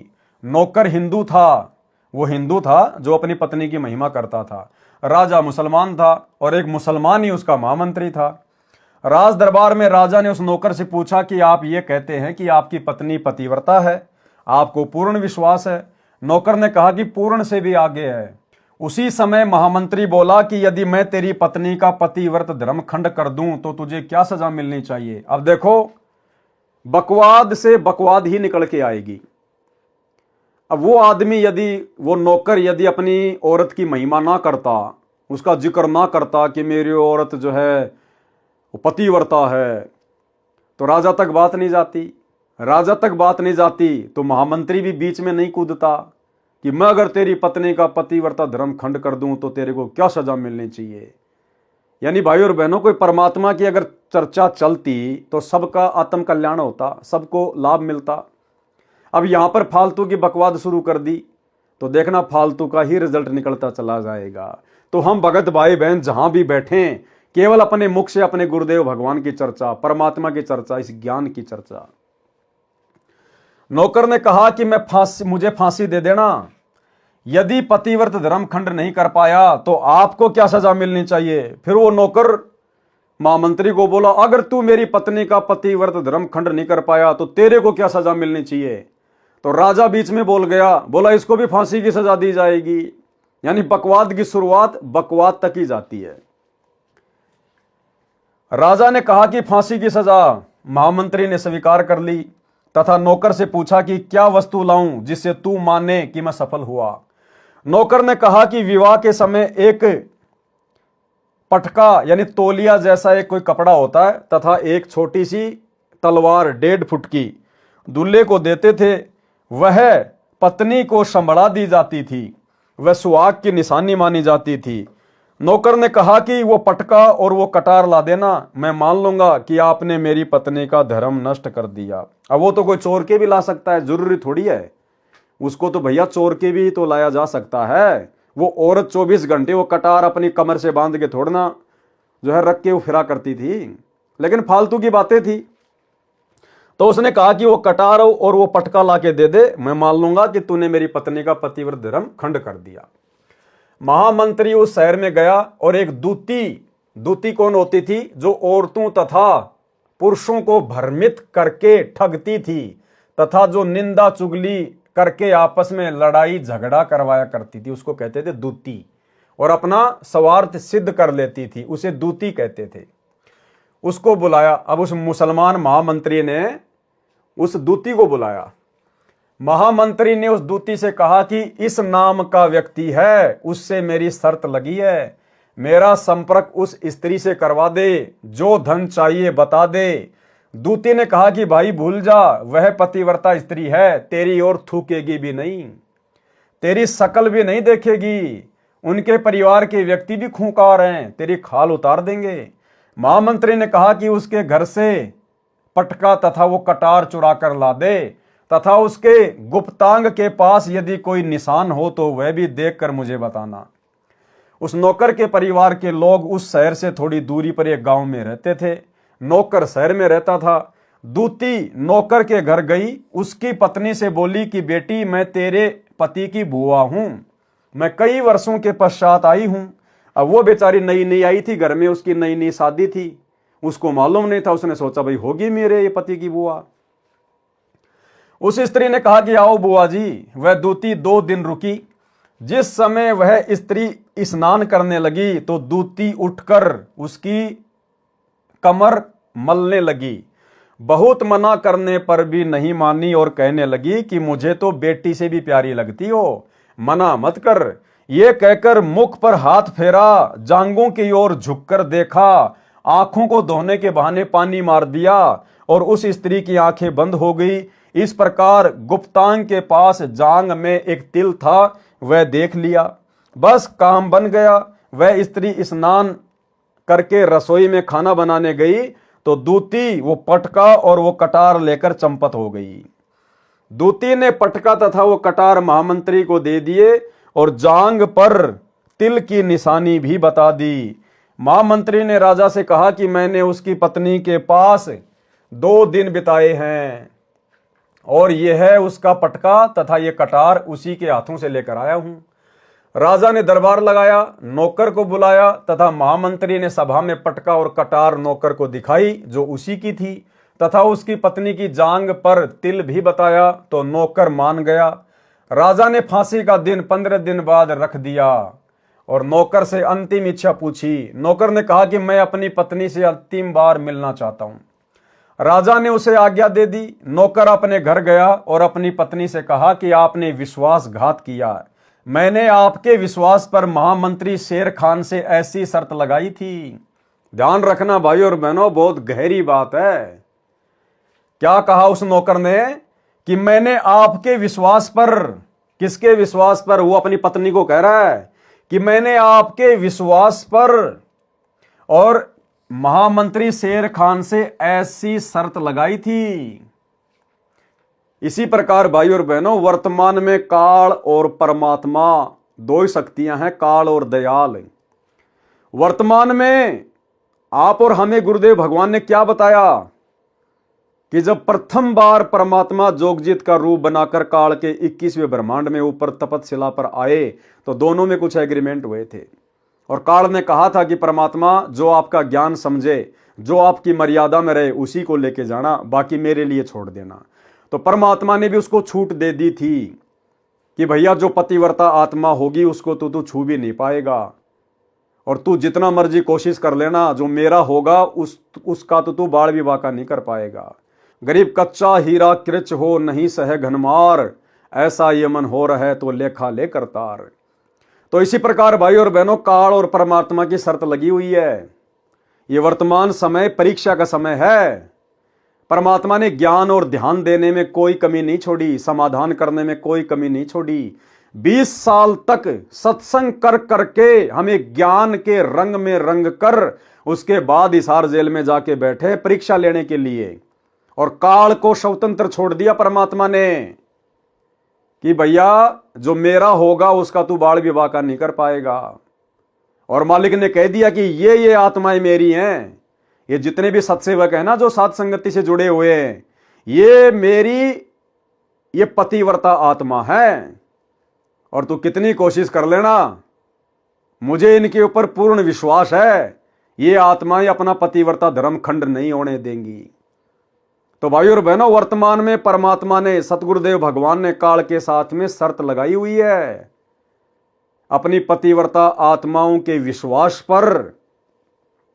इसलिए ये काल सबसे ज्यादा दुखी, सबसे ज्यादा परेशान हम सत्सेवक भाई बहनों को करता है, लेकिन बिगाड़ कुछ नहीं पाता। जिस प्रकार उस शेर खान महामंत्री ने उस औरत के पीछे वो दूती लगा दी, इसी प्रकार इस काल ने अपने दूत ये सतलोक आश्रम मैनेजमेंट हरियाणा वाले लगा दिए कि भैया इनके परमपिता परमेश्वर सतगुरु रामपाल जी भगवान के साथ मेरी शर्त लग चुकी है। अगर मैं शर्त हार गया तो 1000 साल के लिए मेरे को फांसी लग जाएगी।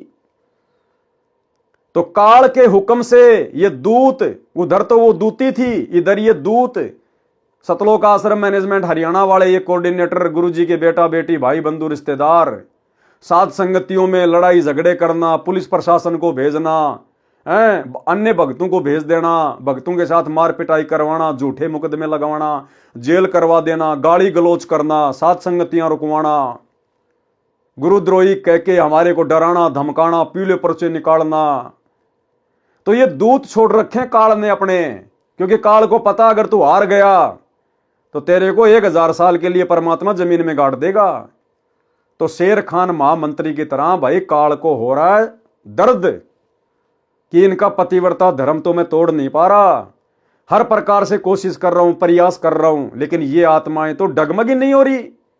ये तो अपने गुरु के अलावा किसी को मानती नहीं, जानती नहीं, पहचानती नहीं।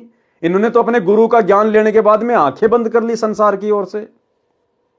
तो ये वर्तमान में शर्त लगी हुई है, और गुरु ने शर्त लगाई है आप और हम आत्माओं के विश्वास के ऊपर, यानी गुरु ने आप और हमारे ऊपर विश्वास किया है।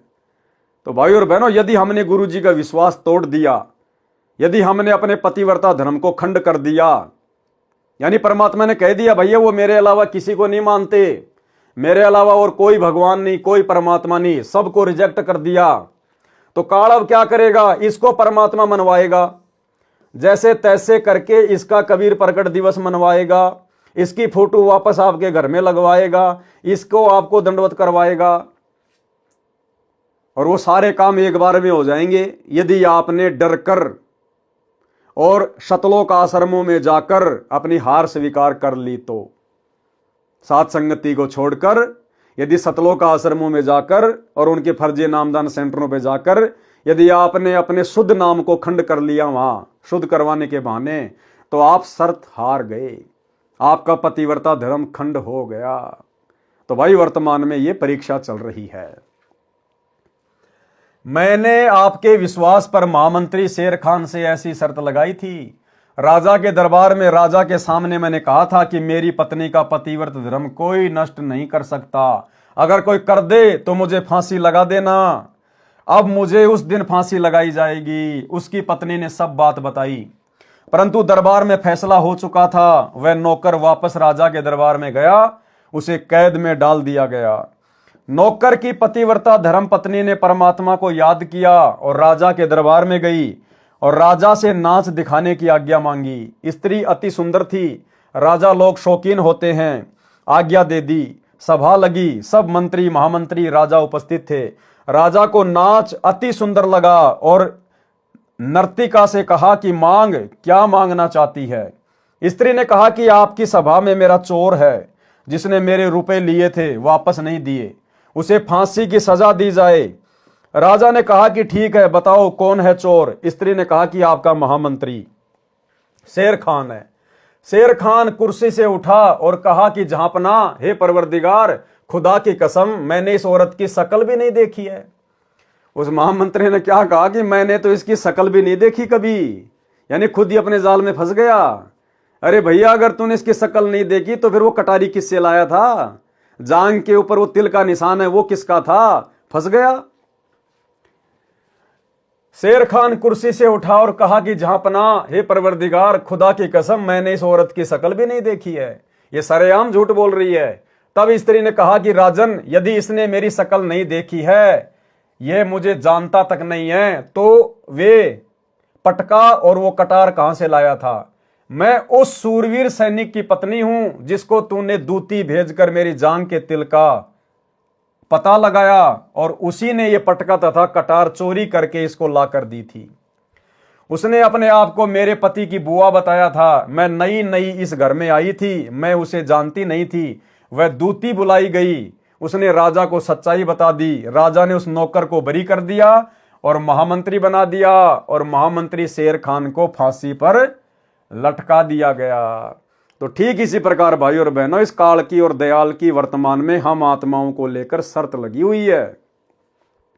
देखो, जिस प्रकार एक वॉलीबॉल का मैदान होता है, एक फुटबॉल का मैदान होता है, फुटबॉल का मैदान, और दोनों तरफ दो टीम होती हैं। अब उन दोनों टीमों की हार जीत भाई और बहनों उस फुटबॉल के ऊपर निर्भर करती है। फुटबॉल के ऊपर वो किसके पैरों के नीचे आएगी। इसी प्रकार ये किस ब्रह्मांड फुटबॉल का मैदान है, दो टीम हैं, काल और दयाल, सतगुरु और काल, और हम आत्माएं हैं फुटबॉल। हम किसके पैरों के नीचे रहेंगे, उसी की जीत है। तो हमने तो अपने गुरुदेव भगवान के चरणों के नीचे रहना है, अपने परमात्मा के चरणों के नीचे। पतिव्रता स्त्री उसे कहा जाता है जो अपने पति के अतिरिक्त अन्य पुरुष से स्वेच्छा से संभोग यानी सेक्स ना चाहे, चाहे वो सोने का क्यों ना खड़ा हो, चाहे देवता पृथ्वी पर उतर आए। यदि कोई बलात्कार करता है तो उस नीच को पाप लगेगा और राजा के द्वारा दंडित किया जाएगा, परंतु इस कुकृत्य से उस स्त्री या लड़की का पतिव्रत धर्म नष्ट नहीं होता। दुष्ट शक्तिशाली व्यक्ति तो पुरुष से बलात् धन छीन ले जाता है। एक शक्तिशाली दुष्ट व्यक्ति ने जरा सी कहा सुनी होने पर ही एक व्यक्ति की गुदा में डंडा घुसा दिया। मरा तो नहीं, परंतु महीनों कष्ट रहा। इस प्रकार भगत ने पतिव्रता स्त्री के तरह अपने इष्ट देव पर समर्पित होना चाहिए। किस पर? इष्ट देव पर। तो पहले तो इष्ट की पहचान होनी चाहिए ना, इष्ट कौन है। तो आज हमें इष्ट की पहचान होगी कि इष्ट हमारा गुरु है और कोई इष्ट नहीं है। आपको कल के वीडियो में भी गुरुदेव का सत्संग सुनाया था, जिसमें गुरुदेव भगवान ने पतिव्रता स्त्री का जिक्र करते हुए बताया कि जब आप अपने गुरु को इष्ट मानकर पूजोगे, अपने गुरु को इष्ट मानकर, शब्द पे ध्यान देना इस सत्संग में, गुरुदेव कह रहे हैं एक अपने गुरु को ही इष्ट मानकर पूजना है। तो सबसे पहले तो हमें इष्ट की पहचान होनी चाहिए कि हमारा वर्तमान में इष्ट कौन है। स्वयं गुरुदेव भगवान है या फिर ये नकली कागज का टुकड़ा है? सुनिए। एक पति को छोड़कर आन में आस्था रखने वाली पत्नी को व्यभिचारिणी कहते हैं। तो अपने ही पति से हर इच्छा पूरी हो उसी को पति भर्ता कहते। तो हम जब पति भर्ता पद पर आ जाएंगे तो परमात्मा कहते हैं पति भर्ता जमी पर जो जो धर है पावे, समर्थ झाड़ू देत है ना काटा लग जावे।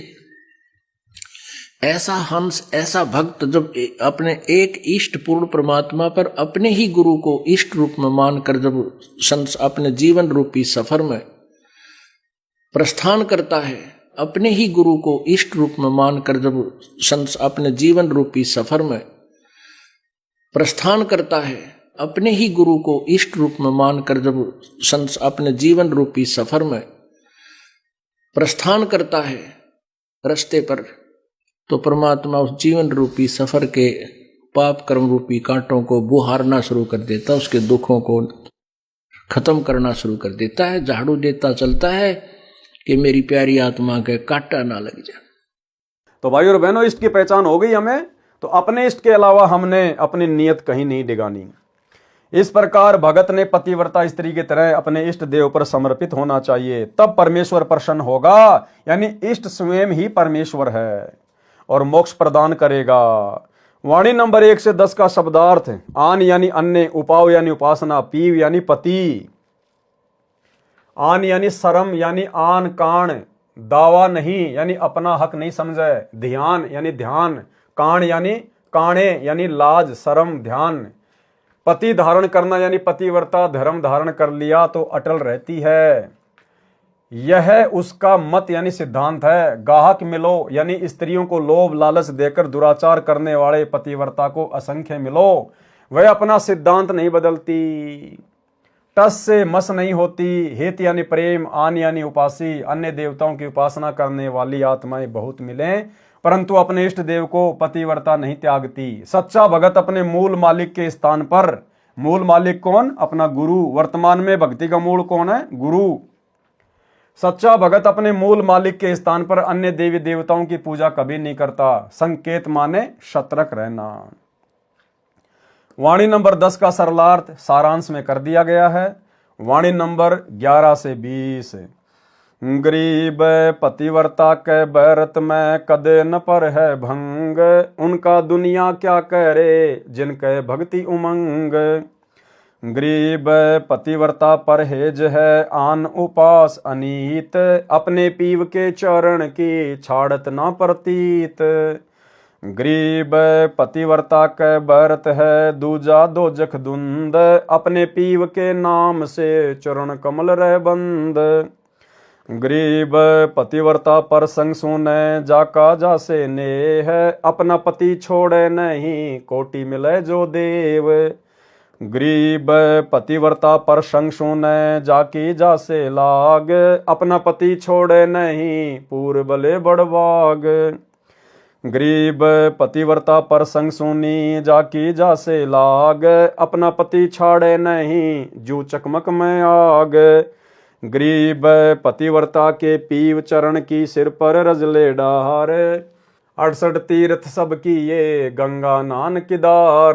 गरीब पतिव्रता पीव के चरण की सिर पर रजले राख, पतिव्रता का पति पार ब्रह्म है सतगुरु बोले साख।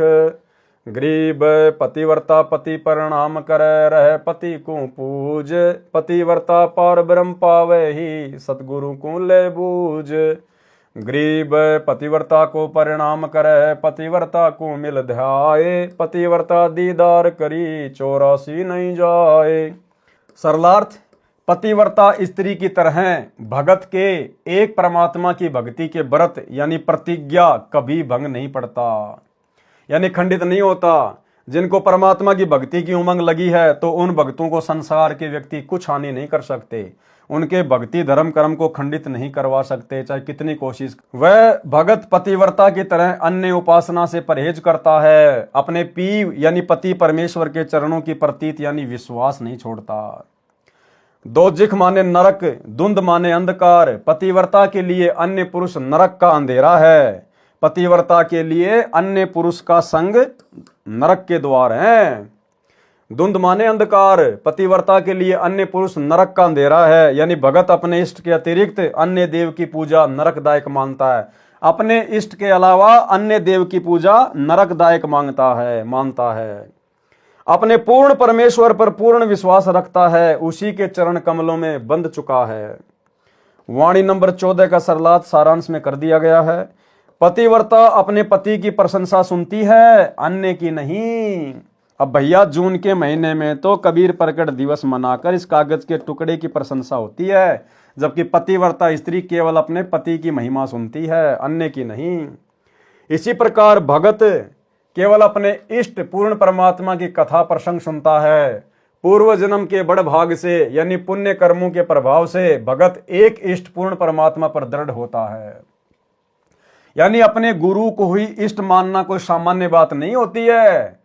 क्या कह रहे हैं गुरुदेव कि पूर्व जन्म के बड़ भाग से यानी पुण्य कर्मों के प्रभाव से भगत एक इष्ट पूर्ण परमात्मा पर दृढ़ होता है, केवल एक इष्ट पर। और थोड़ी देर पहले आपने सुन लिया गुरुदेव के मुख से कि इष्ट कौन है, केवल अपना गुरु है। तो अपने गुरु पर यानी अपने इष्ट पर दृढ़ होना कोई सामान्य बात नहीं है। इसीलिए तो केवल सत्सेवक भाई बहन ही वर्तमान में अपने गुरु जी पर दृढ़ हैं, अपने गुरु के अलावा किसी और को इष्ट नहीं मानते, क्योंकि हमारे पिछले जन्म के बड़ भाग हैं। ऐसे अभेद मानती है जैसे पत्थर में अग्नि समाई रहती है। पूर्ण परमात्मा की भक्ति में सर्व तीर्थों के भ्रमण तथा गंगा स्नान तथा केदारनाथ के दर्शन का फल भी मिल जाता है। ये विचार परम भगत में सदा बने रहते हैं। यानी सच्चा सतगुरु मिलने के बाद भगत कभी भी इन तीर्थों पे जाकर धक्के नहीं खाता। केदारनाथ, बद्रीनाथ, कावड़ लाना, जगन्नाथ जाना, कबीर मंडी जाना, फलाना जाना, वो देखने के लिए जाना, सारे तीर्थ धाम हमारे गुरुदेव भगवान के चरणों में यानी इनकी भक्ति में है। वाणी नंबर 18 का सरलार्थ सारांश में कर दिया गया है। इष्ट देव में भगत की आस्था पतिव्रता की तरह है तो वह पार ब्रह्म यानी परम अक्षर ब्रह्म सत्य पुरुष को प्राप्त होता है। अगर अपने इष्ट में आपकी आस्था परमात्मा की तरह है तो ही आप जी सतलोक प्राप्त कर सकते हैं। वाणी नंबर 21 से 45। गरीब पतिव्रता चूक नहीं, कोटिक होई अचूक, और दुनी किस काम की जैसे सिंबल रूख। गरीब पतिव्रता चूक नहीं, कोटिक मिले कुटील, और दुनी किस काम की जैसे पाहनशील। गरीब पतिव्रता चूक नहीं, धर अंबर धस कंत, संत न छोड़े संतता, कोटिक मिलो वसंत। गरीब पतिव्रता चूक नहीं, साखी चंद्र सूर, खेत चढ़े से जानिए को कायर को शूर। गरीब पतिव्रता चूक नहीं, साखी चंद्र सूर, खेत चढ़े से जानियो किसके मुख पर नूर। गरीब पतिव्रता चूक नहीं, जाका यो ही स्वभाव, भक्ति हिरंबर उर्दर भाव सर्वस जावे। गरीब पतिव्रता चूक नहीं, तन मन धन सब जावे, नाम अभय पद उर्धर छोड़े भक्ति न भावे। गरीब पतिव्रता चूक नहीं, तन मन जाओ शीस, मोर ध्वज अर्पण किया सिर साटे जगदीश। गरीब पतिव्रता प्रहलाद है, ऐसी पतिव्रता होई, 84 कठिन तिराशना सिर पर बीती लोई। गरीब राम नाम छाड़या नहीं, अवगत अगम अगाध, दाव न चूक्या चौपट पतिव्रता प्रहलाद। गरीब कौन कवल अनभय उठे, कौन कवल घर थीर, कौन कवल में बोलिए कौन कवल जल नीर। गरीब मूल कवल अनभय उठे, सहस कमल घर थीर, कंठ कमल में बोलिए त्रिकुटी कमल जल नीर। गरीब कहाँ बिंद की संधि है, कहाँ नाड़ी की नीम, कहाँ बजरी का द्वार है, कहाँ अमरी की सीम। गरीब त्रिकुटी बिंद की संधि है, नाभि नाड़ी नीम, गुदा कवल बजरी कही मूलई अमर सीम। गरीब कहाँ भवर का वास है, कहाँ भवर का बाग, कौन भवर का रूप है कौन भवर का राग। गरीब हृदय भवर का वास है, सहस कवल दल बाग, उजल हिरंबर रूप है, अनहद अवगत राग। गरीब निस्वासर कै जागैण, हासिल बड़ा नरेश, नाम बंदगी चित धरो, हाजरी रहना पेश। गरीब सुरति सिंहासन लाइए, निर्भय धुनि अखंड, चित्रगुप्त पूछे नहीं, जम का मिटी है दंड। गरीब ऐसा सुमरण कीजिए, रोम रोम दुन ध्यान, 8 बकत अधिकार करी, पतिव्रता सो जान। गरीब तारक मंत्र चित धरो, सूक्ष्म मंत्र सार, अजप्पा जाप अनादि है, हंस उतरी है पार। गरीब अंजन मंजन कीजिए, कुलकर्णी की दूर, साहिब सेती हिल मिलो, रहा सकल भरपूर। गरीब हरदम मुजरा कीजिए, यो तत् बारंबार, कुबुदि कटे कांजी मीटे, गणनामी घनसार। गरीब अजब हजारा पूप है, निगंधी गलतान, 5 तत्व नाही जहां, निर्भय पद परवान। गरीब सत्य पुरुष सायब दैणी, है सो अकल अमान, पूर्ण ब्रह्म कबीरे का, पाया हम स्थान। गरीब नेस निरंतर रम रहा, प्रकट क्या दिखलाई, दास गरीब गलतान, पद सहज रहा समाई। सरलार्थ, पतिव्रता चूके नहीं, कोटिक होई अचूक। यानी जैसे पतिव्रता के साथ जबरदस्ती हो जाती है तो भी वह अपने पति को हृदय से चाहती है, इसी प्रकार सत्य साधक एक परमेश्वर के उपासक को जबरदस्ती किसी अन्य देव स्थान पर कुल के लोग ले जाते हैं तो वह हृदय से अपने इष्ट को याद करता रहता है। उस अन्य देव में कभी इष्ट वाली श्रद्धा नहीं होती। अन्य देव तो ऐसा है जैसे सिंबल का वृक्ष होता है। लेकिन इसका मतलब ये नहीं कि हम आसानी से चले जाएं, हमने संघर्ष करना है। अगर आपके सास ससुर, आपके माता पिता आपके साथ जबरदस्ती करते हैं अन्य देवी देवताओं की पूजा करने के लिए या अन्य देवी धाम के स्थान पर जाने के लिए, तो आपने संघर्ष करना है। ये नहीं कि गुरुजी ने कह दिया लो मैं तो चली जाती हूं, अंदर से तो अपने गुरुजी को याद करती रहूंगी। इससे भी बात नहीं बनेगी वर्तमान में, क्योंकि वर्तमान समय मोक्ष का है, प्राइम टाइम है।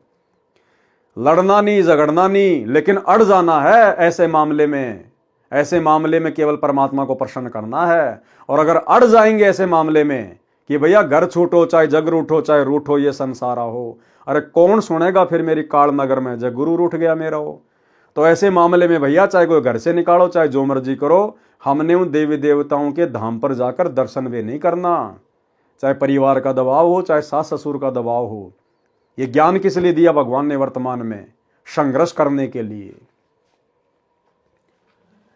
एक परमेश्वर के उपासक को जबरदस्ती किसी अन्य देव स्थान पर कुल के लोग ले जाते हैं तो वह हृदय से अपने इष्ट को याद करता रहता है। उस अन्य देव में कभी इष्ट वाली श्रद्धा नहीं होती। अन्य देव तो ऐसा है जैसे सिंबल का वृक्ष होता है, जिसके डोडे लगते हैं, वे फल जैसे लगते हैं परंतु उनमें खाद्य पदार्थ नहीं होता, रुई निकलती है। इसी प्रकार तत्व ज्ञान प्राप्त भगत को पूर्ण परमात्मा के अतिरिक्त अन्य प्रभु ऐसे व्यर्थ लगते हैं जैसे आम के वृक्ष की तुलना में सिंबल का वृक्ष व्यर्थ लगता है। धर यानी धरती, अंबर यानी आकाश, दस्कंत यानी नष्ट हो जाए, असंत यानी नास्तिक व्यक्ति। भगत के लिए तो अन्य देव पाहन यानी पत्थर की सील यानी शिला है, अर्थात व्यर्थ है। वाणी नंबर 23-24 का सरलार्थ सारांश में पहले कर दिया गया है। वाणी संख्या 25, 26, 27 का सरलार्थ ऊपर किया है। वही भावार्थ है। दृढ़ भगत पतिव्रता की तरह एक इष्ट की भक्ति का भाव नहीं त्यागता, चाहे सर्वस्व नष्ट हो जाए, चाहे सर्वस्व नष्ट हो जाए। इसी प्रकार यहां भी हमने संघर्ष करना है। नूर यानी लाली यानी विजय रहना, खेत चढ़ना यानी युद्ध के मैदान में डटकर खड़ा होना यानी भक्ति मार्ग पर संघर्ष करना तत्व ज्ञान को आधार बनाकर। भक्ति हिरंबर उर धरना यानी बहुमूल्य भक्ति हृदय में रखना। नाम अभय पद, सच्चे नाम को निर्भय होकर जपते हैं जो तत्व ज्ञान को जान चुके हैं। वाणी नंबर 28 से 30 का सारांश सरलार्थ में कर दिया गया है। वाणी नंबर 31 से 49 का सरलार्थ पूर्व सारांश में कर दिया गया है। राजा जनक स्वयं तो स्वर्ग गए ही, साथ में 12 करोड़ जीवों को नरक से छुड़वाकर स्वर्ग ले गए। इसी प्रकार श्री गोरखनाथ जी दृढ़ता से भक्ति करके सफल हुए। सूत्र मानी ऊंट, मुए मानी मरे हुए, कु मानी को, साखी पतिव्रता के अंग की। वाणी नंबर 9 से 20। गरीब पतिव्रता के संग है पार ब्रह्म जगदीश, नर आकार निज निर्मला सो है विश्व बीस। गरीब सकल समाना एक में एक समाना एक, नीचे होई तो पाई कहाँ धरत है भेख। गरीब पार ब्रह्म की परख के नैन निरंतर नाल, और अंतर प्रकाशिया देखा अवगत ख्याल। गरीब पार ब्रह्म की जाति में मिलती हैं सब जात, सुन सरोवर विमल जल अरस अनुपम रात। गरीब आदि अनाहद अगम है पतिव्रता के पास, सैंस 21 अष्ट दल थीर करो दम श्वास। गरीब कित पंछी का खोज है कहाँ मीन का पैर, दिल दरिया में बैठ कर देखो अविगत लहर। गरीब अलल पंख के लोक को जानत है न कोई, अलल पंख का चीकला घर पावेगा सोई। गरीब सिकल बिकल संसार है पतिव्रता दिल थीर, अचल अनाहद अरस धुनी डोले नहीं शरीर। गरीब लोहा कंचन हो गया मिली पारस सत्संग, यो मन पलट है नहीं साधुओं के प्रसंग।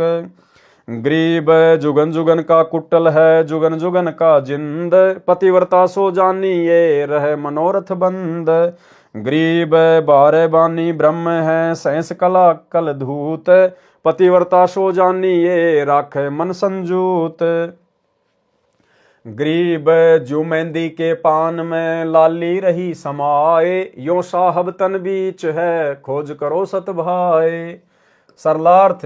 सरलार्थ पूर्व में किया गया है वैसा ही है। भावार्थ है कि जो भगत पूर्ण परमात्मा को सच्चे भाव से याद करता है यानी भक्ति करता है तो जगदीश उसके साथ रहता है। जगदीश कौन है? जगत प्लस ईश, सारे संसार का स्वामी। वो जगदीश, वो परमात्मा, वो पार ब्रह्म, वो कबीर देव आज वर्तमान में हमारे गुरुदेव हैं। यानी भक्ति करता है तो जगदीश उसके साथ रहता है, उसकी सहायता करता है। वास्तव में परमात्मा नराकार यानी मानव स्वरूप है। विश्व बीस का अर्थ है पूर्ण रूप से। विश्व बीस का एक पक्का बिग्गा होता है, वह पूर्ण माना जाता है। यहां पर उसी उपमा से परमात्मा को समर्थ कहा है। भेक धरना यानी दाढ़ी जटा सिर पर बाल केस बढ़ाना, नीचे मानी विश्वास के साथ।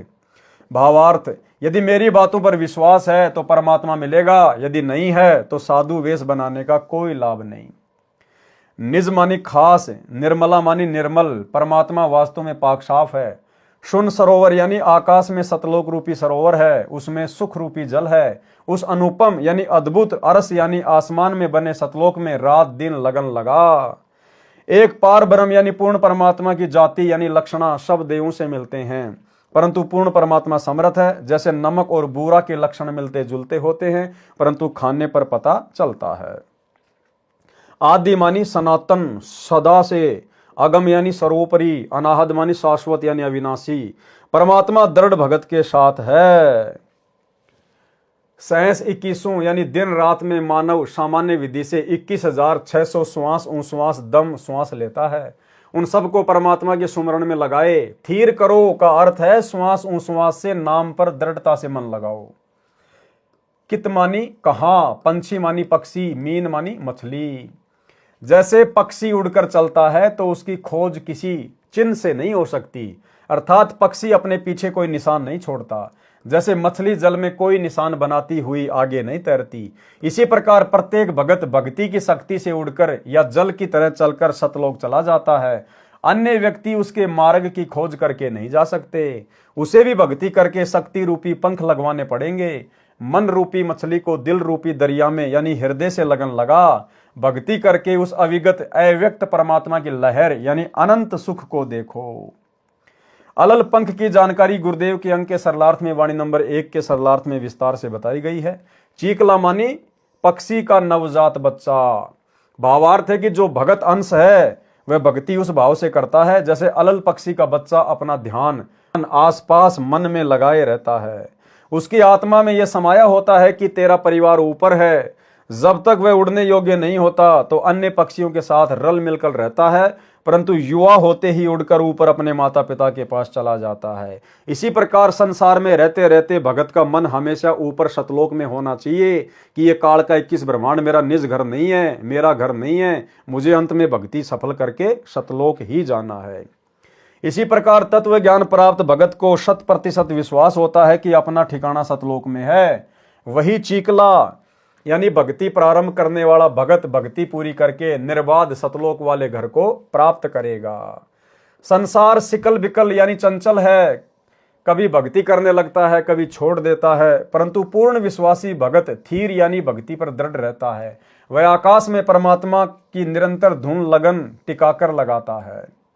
लोहा पारस पत्थर के साथ मिलकर सोना हो जाता है, परंतु ये मन संतों के साथ रहकर भी गुण ग्रहण नहीं करता यानी साधु नहीं बनता। मन तो युगों युगों का कुटिल दुष्ट है, जिंद माने किसी गलत आदत से चिपक गया तो त्यागता नहीं। जिंद एक प्रेत होता है जो किसी को चिपक जाता है तो पीछा नहीं छोड़ता, केवल पूर्ण परमात्मा से डरता है। ये मन तो उस जिंद भूत से भी बुरा है। दृढ़ भगत तो अपने मनोरथ यानी उद्देश्य पर बंधा दृढ़ रहता है। 12 बानी का मतलब होता है पूर्ण रूप से, ब्रह्म का मतलब प्रभु यानी वास्तव परमात्मा तो पूर्ण ब्रह्म है। सहस यानी 1000 कला यानी शक्ति वाला, कल धूत यानी प्रभु तो काल है। दृढ़ भगत हर समय अपने मन को संजूत यानी संयम करके पूर्ण परमात्मा में रखता है। जैसे मेहंदी का पत्ता हरे रंग का होता है, परंतु जब उसे रगड़कर हाथों पर लगाया जाता है तो लाल रंग देता है। इसी प्रकार ये शरीर हड्डियों और मांस का ढांचा दिखाई देता है। जब इसको भक्ति में रगड़ोगे तो सत भाई यानी वास्तव में परमात्मा मिलेगा। उसकी सच में खोज करो, यानी सही कह रहा हूं कि भक्ति करके इस मानव शरीर में परमात्मा को खोजो, जबकि हमें तो परमेश्वर मिल चुके हैं। अब हमने मर्यादा में रह के आजीवन इनकी भक्ति पे लगे रहना है। वाणी नंबर 21 से 30। गरीब बिन दरिया दादुर जहां, बिन ही पर्वत मोर, बिना सवाती मोती जहां, बिन ही चंद चकोर। यानी परमेश्वर सतलोक की महिमा कर रहे हैं इन सब वाणियों में। यानी वहां पर जैसे यहाँ पर अगर कोई तालाब होगा तो उसमें मेंढक होगा, अगर बादल गरजेंगे तो बरसात होगी, अगर पेड़ होगा तो फूल होगा, काम धंधा करेंगे तो रोटी मिलेगी। लेकिन सतलोक में ऐसा कुछ नहीं है। वहां पर नैस कर्म में है, बिना कर्म के सब कुछ प्राप्त होता है। वहां पर वो ऐसा लोक है, उसकी महिमा गाई है मालिक ने। गरीब बिन दरिया दादुर जहां, दादुर यानी मेंढक, बिन ही पर्वत मोर, बिना सवाती मोती जहां, बिन ही चंद चकोर। गरीब बिन बादल बिजली जहां, बिन घन हर गर्जंत, बिन बागों कोयल जहां, बिन ही फाग बसंत। गरीब बिन ही बेली फूल है, बिना केत की भोर, बिन चिस्म्यों दीदार है, बिना दस्त जहां चोर। गरीब बिन ही आसन बैठे ना, बिन पग का जहां पंथ, बिन ही द्वारे बोले ना, समझे बिरला संत। गरीब बिन जिब्या वाणी पढ़े, बिन ही अंग अनूप, बिन मंदिर जहां पौडना, अवगत सत्य स्वरूप।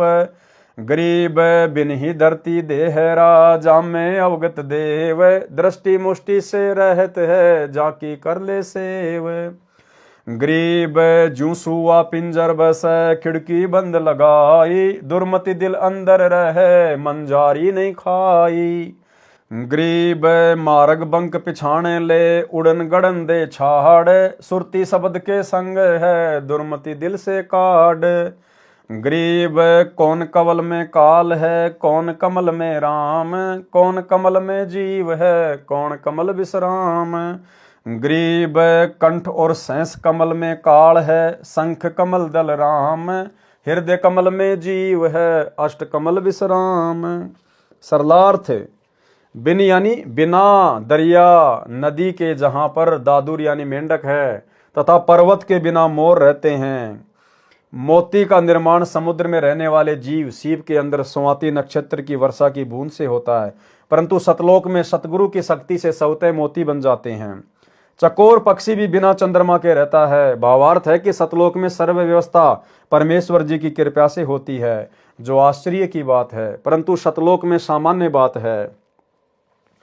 सतलोक में बिन बाग के कोयल है, यानी कोयल की आवाज अपने आप होती है। ऐसा नहीं है कि सतलोक में बाग नहीं है, परंतु जहां बाग नहीं है वहां भी कोयल जैसी सुरीली आवाज सुनने को मिलती है। यानी वहां पर सब कुछ है, ऐसी सृष्टि है, लेकिन वहां पर बिना कर्म किए सब कुछ मिलता है। वहां भी कोयल जैसी सुरीली आवाज सुनने को मिलती है। बिजली जैसी चमक, यानी आकाशीय बिजली चमकती है तो वह बादलों से टकराने से गरज के साथ चमकती है। सतलोक में ऐसी झिलमिल झिलमिल तथा बादल वाली गर्जना कुछ स्थानों पर सदैव होती रहती है, वह बिना बादलों के होती है। सतलोक में बसंत के सुहावने मौसम के लिए फाल्गुन महीने की प्रतीक्षा नहीं करनी पड़ती, वहां सदैव बसंत जैसा सुहावना मौसम रहता है। यह परमेश्वरीय शक्ति का कमाल है। वह जैसे आज कोई भी वस्तु यदि हमने धरती पर रखनी है तो उसको धरती पर रखना पड़ेगा, जैसे मकान है, गाड़ी है, कोई भी चीज है। अब आप देखो सूरज है, चांद है, ये बताओ कौन सी धरती पे वो टिके हुए हैं? बिना धरती के टिके हुए ना। तो ऐसे ही सतलोक में सारी व्यवस्था है, लेकिन केवल परमात्मा ही आधार है और कोई चीज आधार नहीं है। दस्त मानी हाथ, भौरा यानी भौरा जो काला भुंड जैसा होता है, फूलों पर बैठकर सुगंध लेता है। बेली यानी बेल यानी लता, पूप यानी फूल फूल, पग यानी पैर, पंथ मानी मार्ग, चोर मानी चंवर जो गाय की दुम जैसे बालों वाला होता है, जो संतों तथा सदग्रंथों के ऊपर हाथ से चलाया जाता है। वह सतलोक में बिना हाथ के अपने आप चलता रहता है। आसन यानी बैठने के लिए कपड़ा, गद्दा या कुर्सी को आसन कहते हैं। सतलोक में बिना जीभ के भी बोल सकते हैं, यानी धुनी से बात होती है, मन ही मन में बातें होती हैं। जैसे आकाशवाणी होती है, मंदिर, महल, देहरा, देवालय जिसमें परमेश्वर रहते हैं। इन वाणियों में सतलोक में अनहोनी लीलाओं का ज्ञान है। वैसे वहां पर स्थायी मकान है, बाग हैं, झरने बहते हैं। अंग मानी शरीर जो 5 तत्व का है वह नहीं है। वहां पर अनूप यानी विचित्र शरीर है। दृष्टि यानी नजर, और मुष्टि यानी विशेष ध्यान से देखने की कोशिश। दृष्टि तो सामान्य नजर होती है, जो नजर गड़ाकर ध्यान से देखे वह मुष्टि कही जाती है। रहत मानी बिना, सेव मानी पूजा, भावार्थ है कि उस परमात्मा को आत्मा की आंखों से देखा जाता है, चरम दृष्टि से नहीं। दुर्मति यानी बुरी नीयत से किया गया विचार। मंझारी यानी बिल्ली। सुआ यानी तोता, सुक मानी पिंजरा, भावार्थ है कि तोता अपने पिंजरे में रहता है तो उसको बिल्ली नहीं खा सकती। दुर्मति तो बिल्ली है, आत्मा तोता है। यदि मर्यादा में रहकर भगत चलता है तो उस पर किसी के दुर्विचारों का प्रभाव नहीं पड़ता।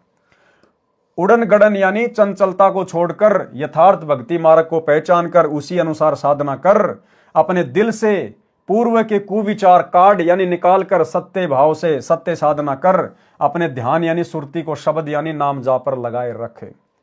संत गरीबदास जी ने प्रश्न उत्तर से ज्ञान समझाया है। प्रश्न किया है कि काल कौन से कमल चक्कर में है तथा जीव कौन से कमल में विश्राम करता है। उत्तर दिया है कि कंठ कमल तथा सहस्र कमल में दुर्गा जो काल की पत्नी है तथा काल ब्रह्म रहते हैं। दोनों का एक ही मकसद है, इसलिए ये दोनों काल स्वरूप हैं जो जीव को फंसाए हुए हैं। हृदय कमल में यानी शिव के लोक का कार्यक्रम जिस कमल चैनल में दिखाई देता है वह हृदय कमल है। उसी में परमेश्वर जी का मिनी सतलोक वाला कार्यक्रम एक कोने में दिखाई देता है। संग कमल वहां दृष्टिगोचर होता है।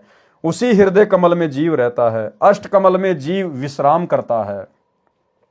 यानी जब हम रात को सो जाते हैं तो हमारी जो आत्मा है, हमारा जो जीव है, वो कहां चला जाता है? अष्ट कमल में जीव विश्राम करता है। अष्ट कमल का यहां भावार्थ है कि नाभि कमल जिसकी 8 पंखुड़ियां हैं, इसे भी अष्ट कमल दल कहते हैं। सोते समय जीव अष्ट कमल में रहता है। इस प्रकार प्रश्नोत्तर में ज्ञान स्पष्ट किया है। यानी भाई और बहनों, ये हमारे कोई विशेष काम की बातें नहीं है।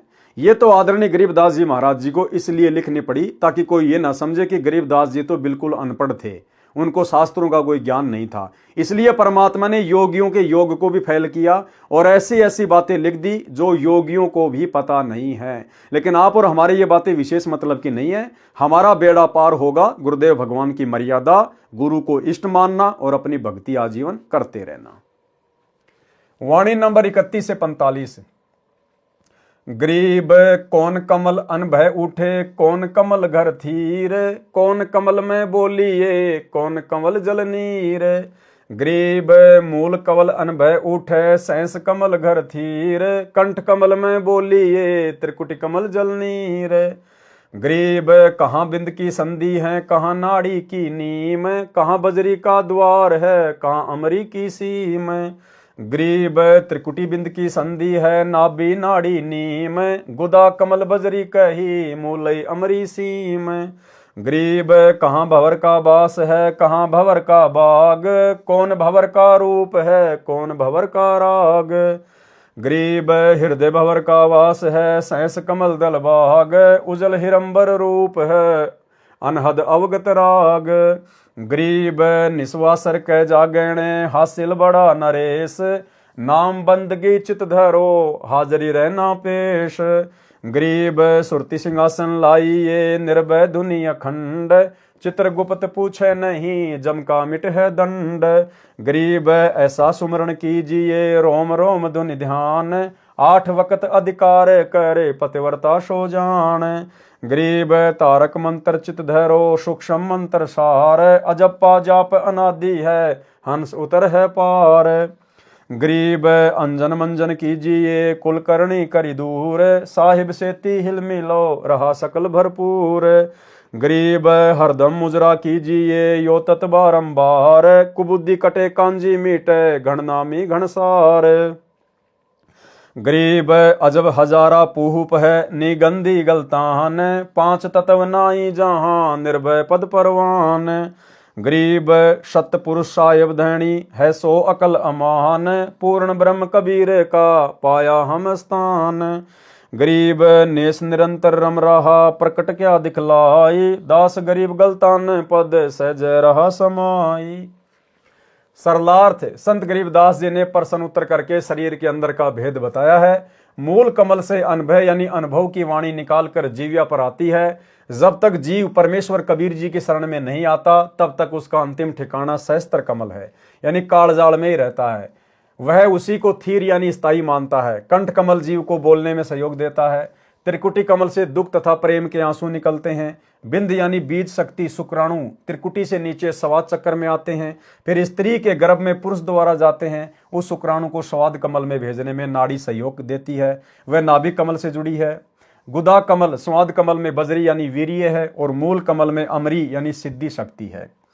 भंवर का यह भाव जीव से है। वैसे भंवर भंवरा होता है जो फूलों की सुगंध लेता है, काले रंग का भुंड, परंतु इस वाणी में उपमा अलंकार है। भंवर का भावार्थ जीव से है। बताया है कि जब तक जीव मुक्त नहीं होता, तब तक शरीर में हृदय कमल में जीव रहता है, जागृत अवस्था में आंखों में रहता है। उसका अंतिम ठिकाना काल ब्रह्म का सहस्त्र कमल ही है, वही उसका बाग है। उसी की वासना में अंधा होकर विषयों में डूबा रहता है। जीव जो भक्ति करता है, उसका रूप उज्जवल स्वर्ण की तरह होता है। वह परमात्मा की भक्ति अनहद निरंतर करता है। यही उसका राग यानी विलाप रूप गीत है। निस्मानी रात्रि तथा वासर मानी दिन जागते रहना चाहिए, यानी भक्ति भजन में गफलत नहीं करना चाहिए। इससे भक्ति का नरेश यानी भगत राज कहलाएगा। उसे यह हासिल यानी उपलब्धि होगी। गरीब रोम रोम धुन होत है, छत्रपति है सोए। जो भगत साधना करता है और रोम यानी शरीर के बाल भी खड़े हो जाते हैं, तो वह भगत राज है। जैसे कई बार कोई ऐसा वाकया हमारे सामने आ जाता है सुख या दुख में, एकदम से हमारे रोंगटे खड़े हो जाते हैं, शरीर के रोए खड़े हो जाते हैं ऐसे। तो परमात्मा कहते हैं जब तुम भजन करोगे, नाम सुमरण करोगे, और उस समय तुम्हारी परमात्मा में ऐसी लगन लगे और जब तुम्हारा रोम रोम खड़ा हो, तो मानना तुम भगत राज बनते जा रहे हो, भगत राज। और एक बार जब नाम जाप करते समय रोंगटे खड़े होते हैं, तो परमात्मा कहते हैं उस समय भगत के 3.5 करोड़ जाप माने जाते हैं। 3.5 करोड़। यदि आप प्रथम मंत्र का जाप कर रहे हैं, सतनाम का कर रहे हैं, और यदि उस समय आपके रोंगटे खड़े हो गए, अपने गुरुदेव भगवान के प्यार में, प्रेम में मस्त हो रहे हो आप, अंदर से आनंद आ रहा है, रोंगटे खड़े हो गए, तो समझ लो 3.5 करोड़ जाप हो गए, हमारे खाते में लिखे गए। जो भगत साधना करता है और शरीर के बाल भी खड़े हो जाते हैं, तो वह भगत राज है। परमात्मा के नाम की बंदगी नम्र भाव से भक्ति हृदय में रखो। सदा मालिक के लिए समर्पित रहना, परमात्मा के दरबार में पेश यानी हाजिर रहना। भावार्थ है कि परमात्मा के अतिरिक्त अन्य सब आसार लगे। संत गरीबदास जी ने कहा कि हे भगत, नाम जाप में ध्यान यानी सुरती ऐसे लगा जैसे सिंहासन पर बैठकर शोभित होते हैं, यानी राजा लोग सिंहासन पर बैठकर अपने को सर्वोपरि तथा निर्भय समझते थे, ऐसे भगत परमात्मा के नाम का जाप ध्यान यानी सुरती रूपी सिंहासन पर बैठकर करें, अर्थात सारी चिंताओं को, सारी टेंशनों को साइड में छोड़कर और परमेश्वर का नाम जाप करना चाहिए। गुरुदेव का आदेश है, वह सर्वश्रेष्ठ भक्ति विधि है। और निर्भय हो जा कि मैं सत्य भक्ति कर रहा हूं, मुझे परमात्मा अवश्य मिलेगा। उस भगत का लेखा जोखा चित्र तथा गुप्त फरिश्ते नहीं करते। उस भगत का जम यानी यमदूतों द्वारा पाप कर्म का दिया जाने वाला दंड भी समाप्त हो जाता है। भगत से कहा है कि ऐसा सुमरण कर जिससे रोम रोम में धुन हो, यानी शरीर के बाल ऐसे खड़े हो जाए जैसे कि खुशी या भय के समय खड़े होते हैं। कहते हैं कि ऐसी दुर्घटना थी कि देखने वाले के रोंगटे, शरीर के बाल खड़े हो जाते थे। अपने भजन पर 8 पहर यानी 24 घंटे अधिकार रख यानी सुमरण में लगा रहे, वह वास्तव में पतिव्रता यानी सच्चा भगत है। तारक मंत्र यानी सत्य साधना के मंत्र, जो चित धरो यानी ध्यान से सुमरण करो। जो सूक्ष्म मंत्र सोहम नाम सार है यानी मोक्ष मंत्रों में विशेष है। अजप्पा जाप, जो श्वास श्वास से जाप किया जाता है, वह अनादि अर्थात सनातन है। उसके जाप से हंस निर्मल भगत यानी पार उतर जाता है, अर्थात मोक्ष प्राप्त करता है। अंजन यानी माया और मंजन मानी साफ करो यानी नेक कमाई करो। कुल करनी यानी परंपरागत साधना जो शास्त्र विरुद्ध है उसे दूर करो, त्याग दो। भावार्थ है कि सांसारिक संपत्ति से मन हटाकर साहिब यानी परमेश्वर के साथ हिल मिलो, यानी भक्ति में लगे रहो। उसकी निराकार शक्ति सब जगह परिपूर्ण यानी भरपूर है। परमेश्वर का मुजरा, यहाँ स्तुति को मुजरा कहा है। परमेश्वर की स्तुति यानी उसका मुजरा हृदय से करो। ये तत् यानी सार है, इसे बार बार करते रहो। इस प्रकार परमात्मा की स्तुति व भक्ति से कुबुद्धि यानी दुर्मति नष्ट हो जाती है। घण नामी घनसार का अर्थ है कि सुप्रसिद्ध भगत हो जाएगा तथा भक्ति का धनी घनसार होकर शतलोक को चला जाएगा। अजब यानी अनोखा, हजारा यानी हजारों पतियों वाला, पूप यानी फूल, नेगंदी यानी विशेष महक वाला, गलतान यानी उसकी महक के प्रभाव से साधक गलतान यानी मस्त हो जाता है।